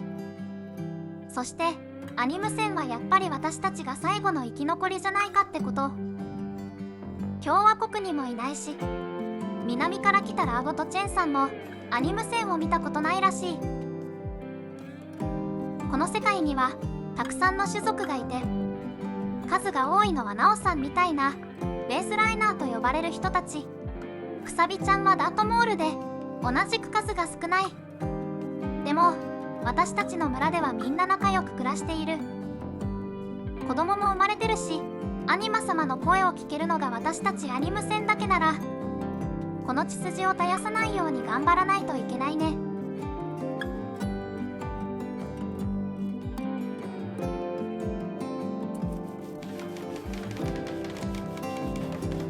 広さはこんなもんでいいかい？十分だ。人数も増えたしね。行事をする広間も手狭になってきてたもんね。床も石張りにしたから見栄えも良くなったし、あとは広間の中央にかっこいい模様を描いたらいいなって思うんだけど。いい案だな。できるのか。石に模様をつけるにはやっぱり金属を加工する技術が必要だね。そういえば共和国の鍛冶師は来てくれるのか。盗賊退治をしたんだから来てくれるはずなんだけど、ちょっと催促してみようかね。手間をかけてすまないな。どういたしまして。共和国との橋渡しなら任しといて。共和国のキャラバンが来たよ。お、ちょうどいいね。やあ、久しぶりに来たけど見違えるほど立派な村になったね。どこがだよ。しけた村だぜ。ブロじゃないか。まさか鍛冶師って。はあ、ご要望の鍛冶師だよ。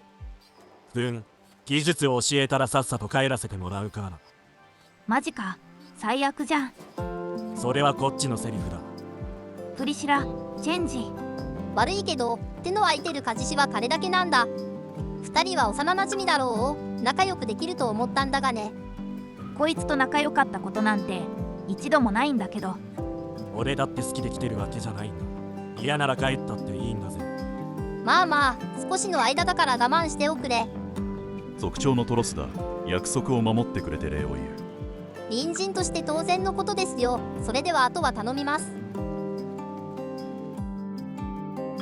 風呂と言ったな。住まいは用意してある。他に必要なものがあれば何でも言ってくれ。じゃあまずは弟子を一人決めてくれ。そいつに鍛冶の技術を叩き込んだら俺は共和国に帰らせてもらうぜ。ではブレイカーに頼もう。私ですか？お前は手先が器用だし頭もいい。適任だろう。自信はありませんが頑張ってみます。よし、じゃああとは鍛冶場を作ってもらおう。鍛冶場は火を使う。釜は高温なので石造りで頼む。しょうがないね。お前が作るのかよ。手抜きするなよ。はあ、この直様が建築で手を抜くわけないでしょう。すんごい鍛冶場を作ってやるからね。覚悟しておきなさい。せいぜい頑張れよ。鍛冶場の場所は畑の隣になるけどいいかな。ああ、特に問題ない。俺の寝床も鍛冶場の中に作ってくれ。作業が始まれば釜につきっきりになるから。なるほど。じゃあこんな感じかな。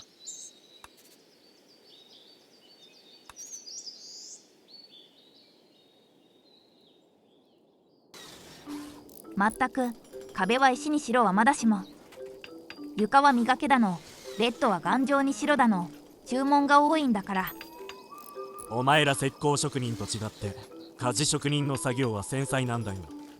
作業場の環境が作業効率にも影響するんだ。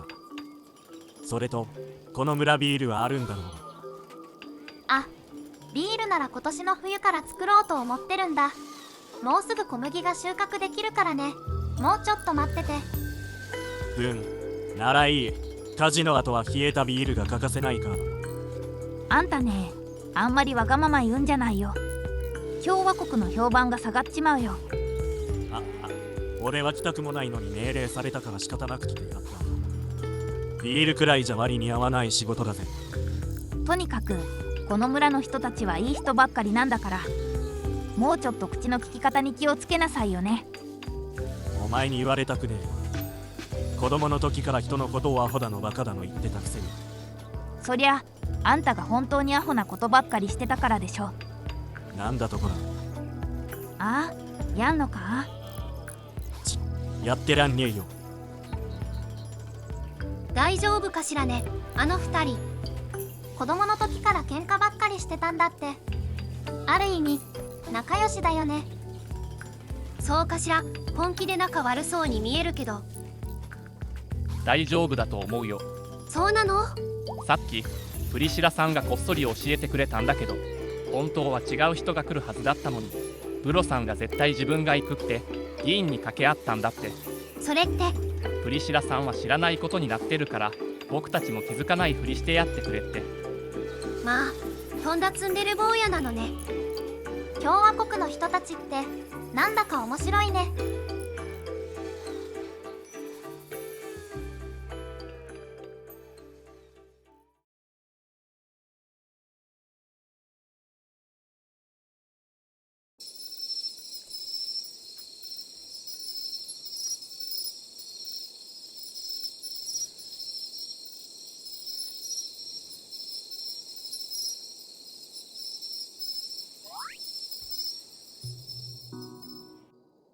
そうか、坊ちゃんは7つになっただか。うん。でも父さんはまだ馬に乗っちゃダメだって言うんだ。川の向こうにも行っちゃいけないし、つまらないよ。川の向こうにはクマやハイエナがうろついてるから子供は食われちまうべ。もうちっと大きくなったら馬も遠でも許してもらえるべ。早くキャラバンとか行ってみたいな。チェンさんの故郷はどんなとこなの？オラの故郷は岩と砂ばっかりだべ。暑いし子供はすぐ死んじまうし、食い物も少なくて大変だったべ。だからこっちに来たの？まあここに来たのは事故みてえなもんだけども、来てよかったべ。ここはいい村だべ。そうなんだ。もっと話聞かせてよ。ああ、また今度話すべ。今日はもう遅いべ。そうだね。じゃあまた今度ね。おやすみ。村は壁で守られてて、子供もすくすく育って、食い物もいっぱいあるから村人はお人よしだし。ラーゴはどうするつもりなんだべな。みんな殺しちまうのかな、それとも本気で足を洗うつもりなんだべか。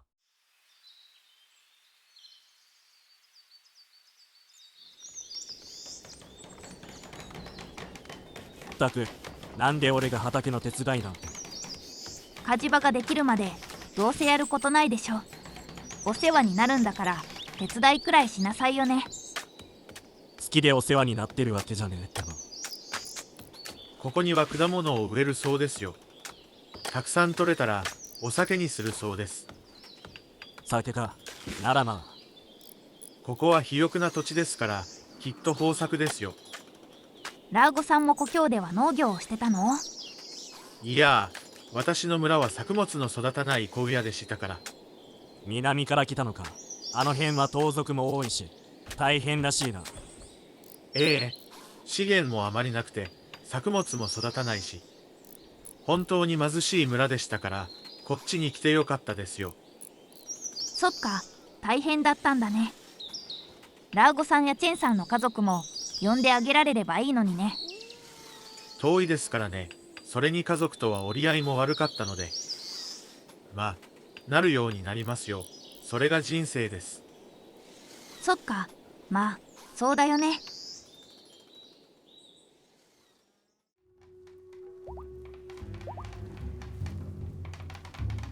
今年も感謝祭ができてよかったね。人数も増えて賑やかになったね。子供たちも大きくなったし。ライラと兄ももうすぐ3歳だしね。来年はもっと賑やかだろうね。最近はズクレイドの襲撃もないし、このままずっと平和ならいいんだけどな。そうだね。アニマ様にお願いしよう。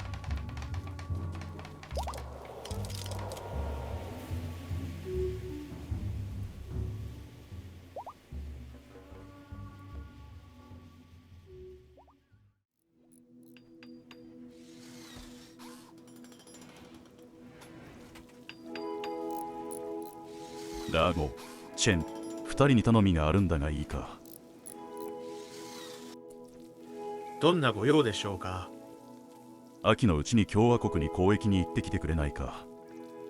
お使いだべか、お安い御用だべ。ズクレイドの襲撃の際に手に入れた装備品が溜まってきているからな。売れそうなものを見繕って共和国の武器商に売ってきてほしい。わかりました。向こうでは何を買ってきましょうか。今年は豊作だったから特に必要なものはないが、女や子供たちが喜びそうなものがあったら買ってきてくれ。そりゃ責任重大だべ。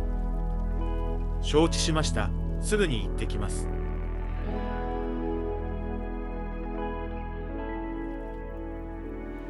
オラたちも随分信頼されたもんだべ。キャラバンを任されるなんてよ。ここへ来て1年くらいか。一生懸命働いたからな。この前子供の物乞いが来たべ。ああ、仲間が奴隷商に捕まったから買い戻したいってシルバーをせびってたな。言われるがままシルバーを施していたが、本当に善良な村だよここは。その子供たちに奴隷商の居場所を聞いてあるべ。何のために？先に話をつけとけば楽でいいべ。ここの女子供なら良い値で売れるべ。族長と学が手強いが先に一服持って寝込みをやっちまえばいいべ。メザーのばあさんは体が知れなくてちと不安だが、まあばあさんだし。後の男はみんな雑魚だべ。簡単な仕事だべ。おめえ、あの輸送ポットが何に使われてたか知ってるか？貢ぎ物だべ。奴隷を押し込んでここに送り込んでたって話だべ。だからここにはお宝が山ほどあんじゃねえかってジジイどもも言ってたべ。だからおめえもわざわざ危ないポットでここに来たんじゃねえのか。あの遺跡には意味のわからないものばかり残ってたが、かろうじて読めるもんもあったんだよ。確かに最初は貢ぎ物を送ってたが、最後に村人全員があれに乗り込んだ。神を殺しに行く。そう書いてあったよ。おめえ、神様に会いたかったのか。さあ、どうなんだろうな。神様はいたか。あの木が神様だべか。さあな。この道を南に行けば奴隷商のキャンプがある。東に行けば交易先の共和国の町だ。どっちに行くんだかしら。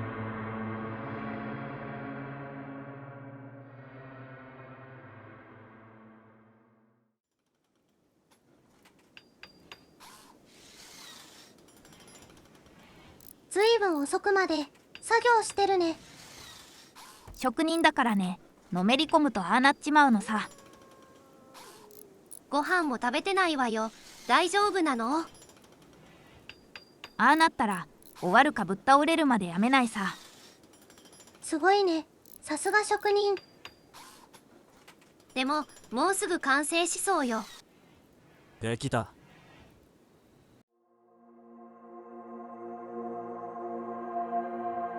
すごい綺麗だね。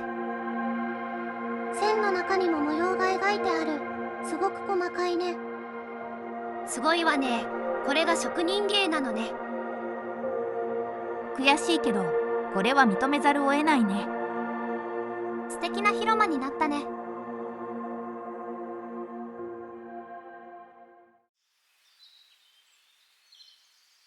もうすぐ小麦が収穫できるね。冬のお祭りまでにビールが間に合うといいんだけど。多分間に合うよ。僕も飲みたい。子供はダメよ。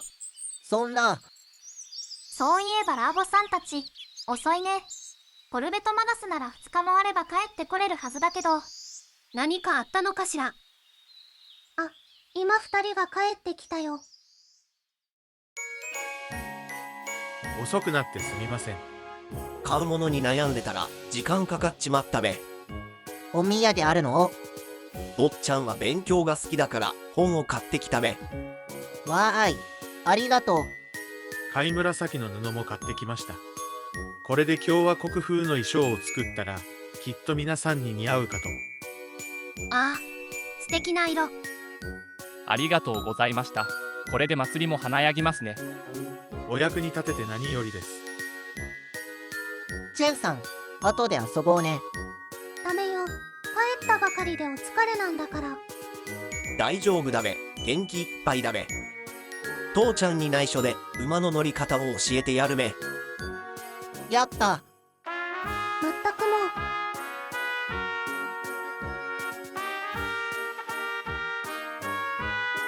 じじいどもに裏切り者扱いされっけど、いいだか。釜やし姉さん。ま、俺はおめえについてくだけだから何でもいいべ。後悔しねえな。なるようになるさ。それが人生ってもんだ。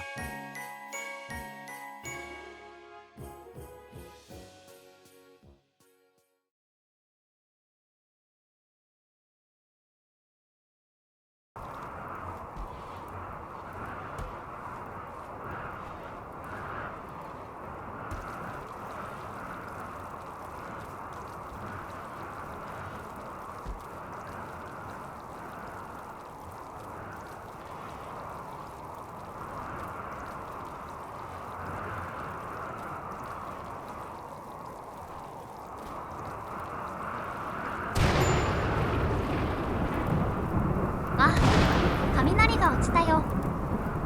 橋が燃えてる。早く消さなきゃ。ここは私に任せて。伊勢ちゃん一人じゃ大変だよ。ふふふ、まあ見ててちょうだい。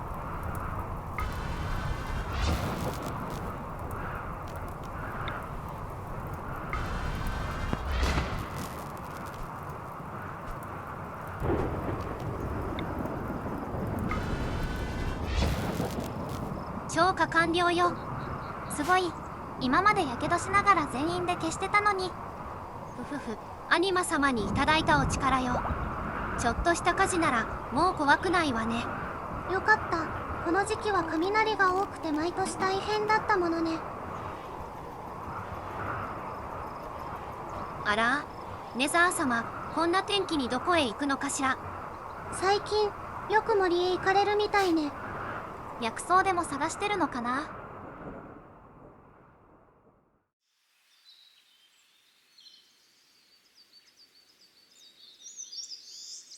時に初春の霊月にして風和らぎ。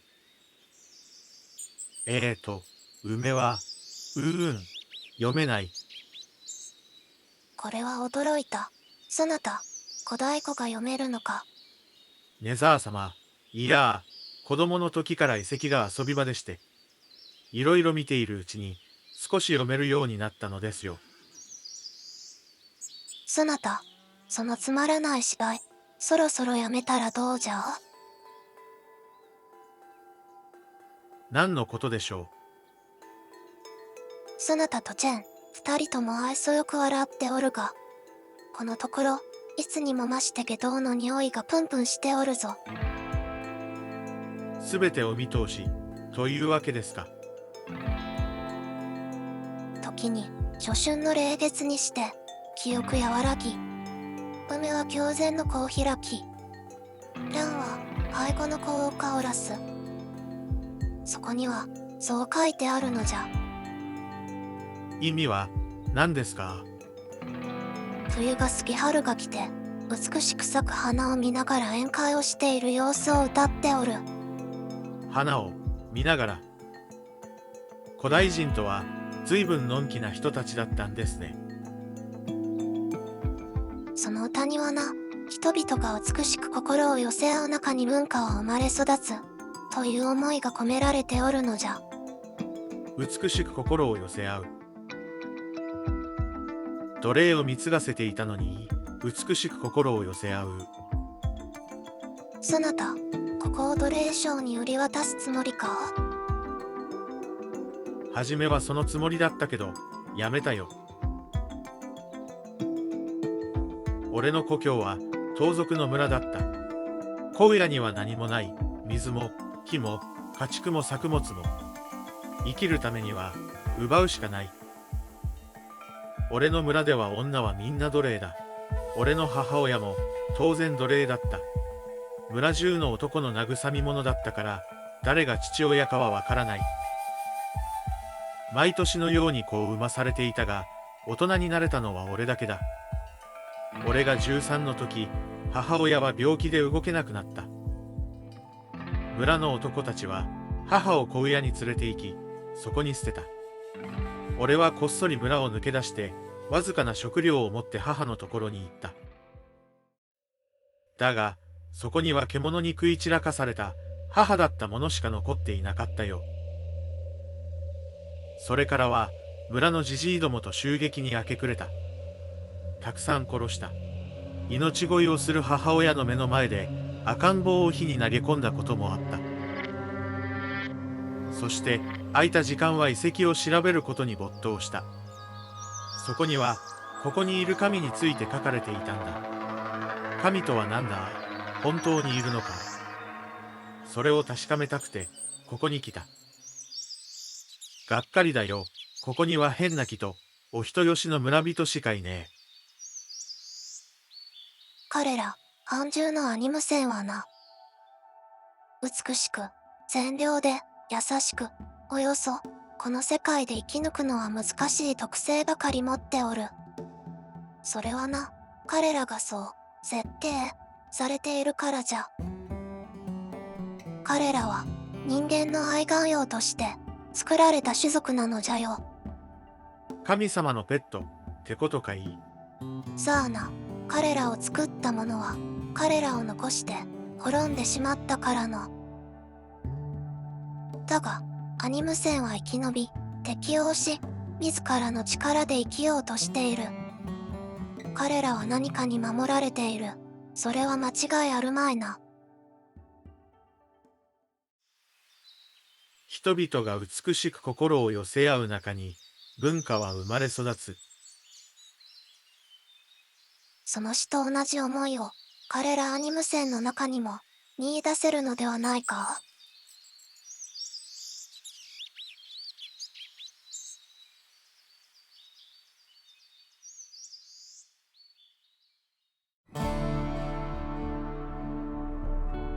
よし、今日から座学を始めるぞ。はい。たかが家事と侮るなよ。覚えてもらうことは山ほどあるんだからな。まずは金属加工の原理だ。金属といっても多したようだ。それらの特性と扱い方を覚えてもらう。その後は金属加工、実践も交えてインゴットの作成技術を学ぶ。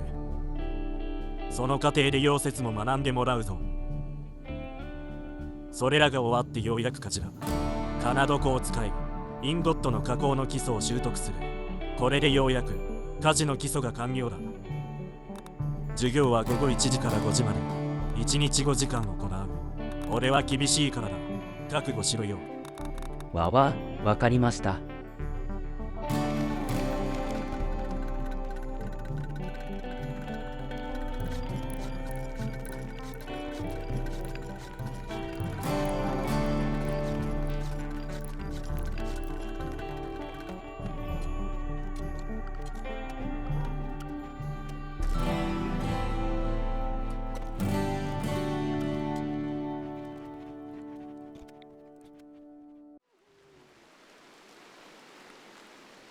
立派な鍛冶屋ができたね。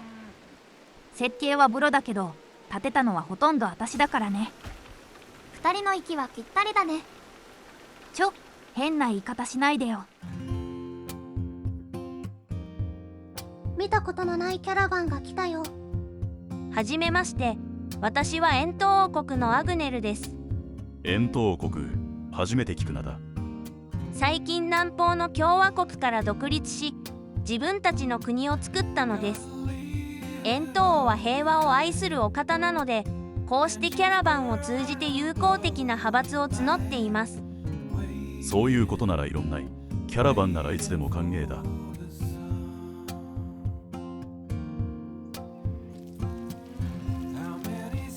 いよいよビール作りが始まったね。くさびちゃんが夜中に台所仕事をしてくれるようになったからはかどるわ。今年の新年の祭りは楽しくなりそうだね。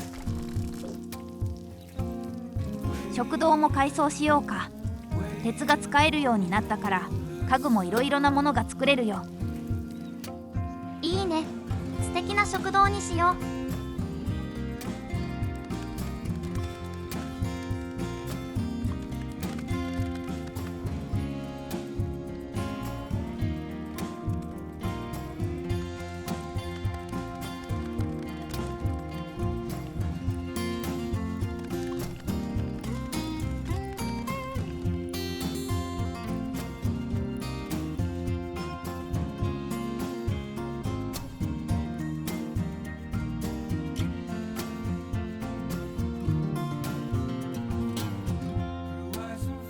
寒い。今夜は冷えるべ。アニマ様は何か話してくれただかは。いや、何も。祈ればオラたちも声が聞こえるんだべかは。俺たちなんか祈っても相手にしてもらえねえよ。オラもあの娘たちみてえに火や水をバーンと飛ばしてみてえだよ。いっそ回収してみるか。いいだよ。おめが信じるならオラも信じるべ。じゃあ信じてみるか。いいことだべ。ジジイどもよりアニマ様の方がなんかかっこいいべ。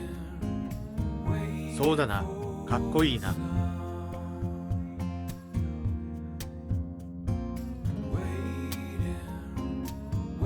カタリナより報告いたします。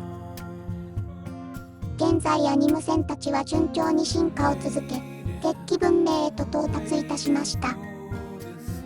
これにより彼らの派閥の技術レベルは中世初期へ進化いたしました。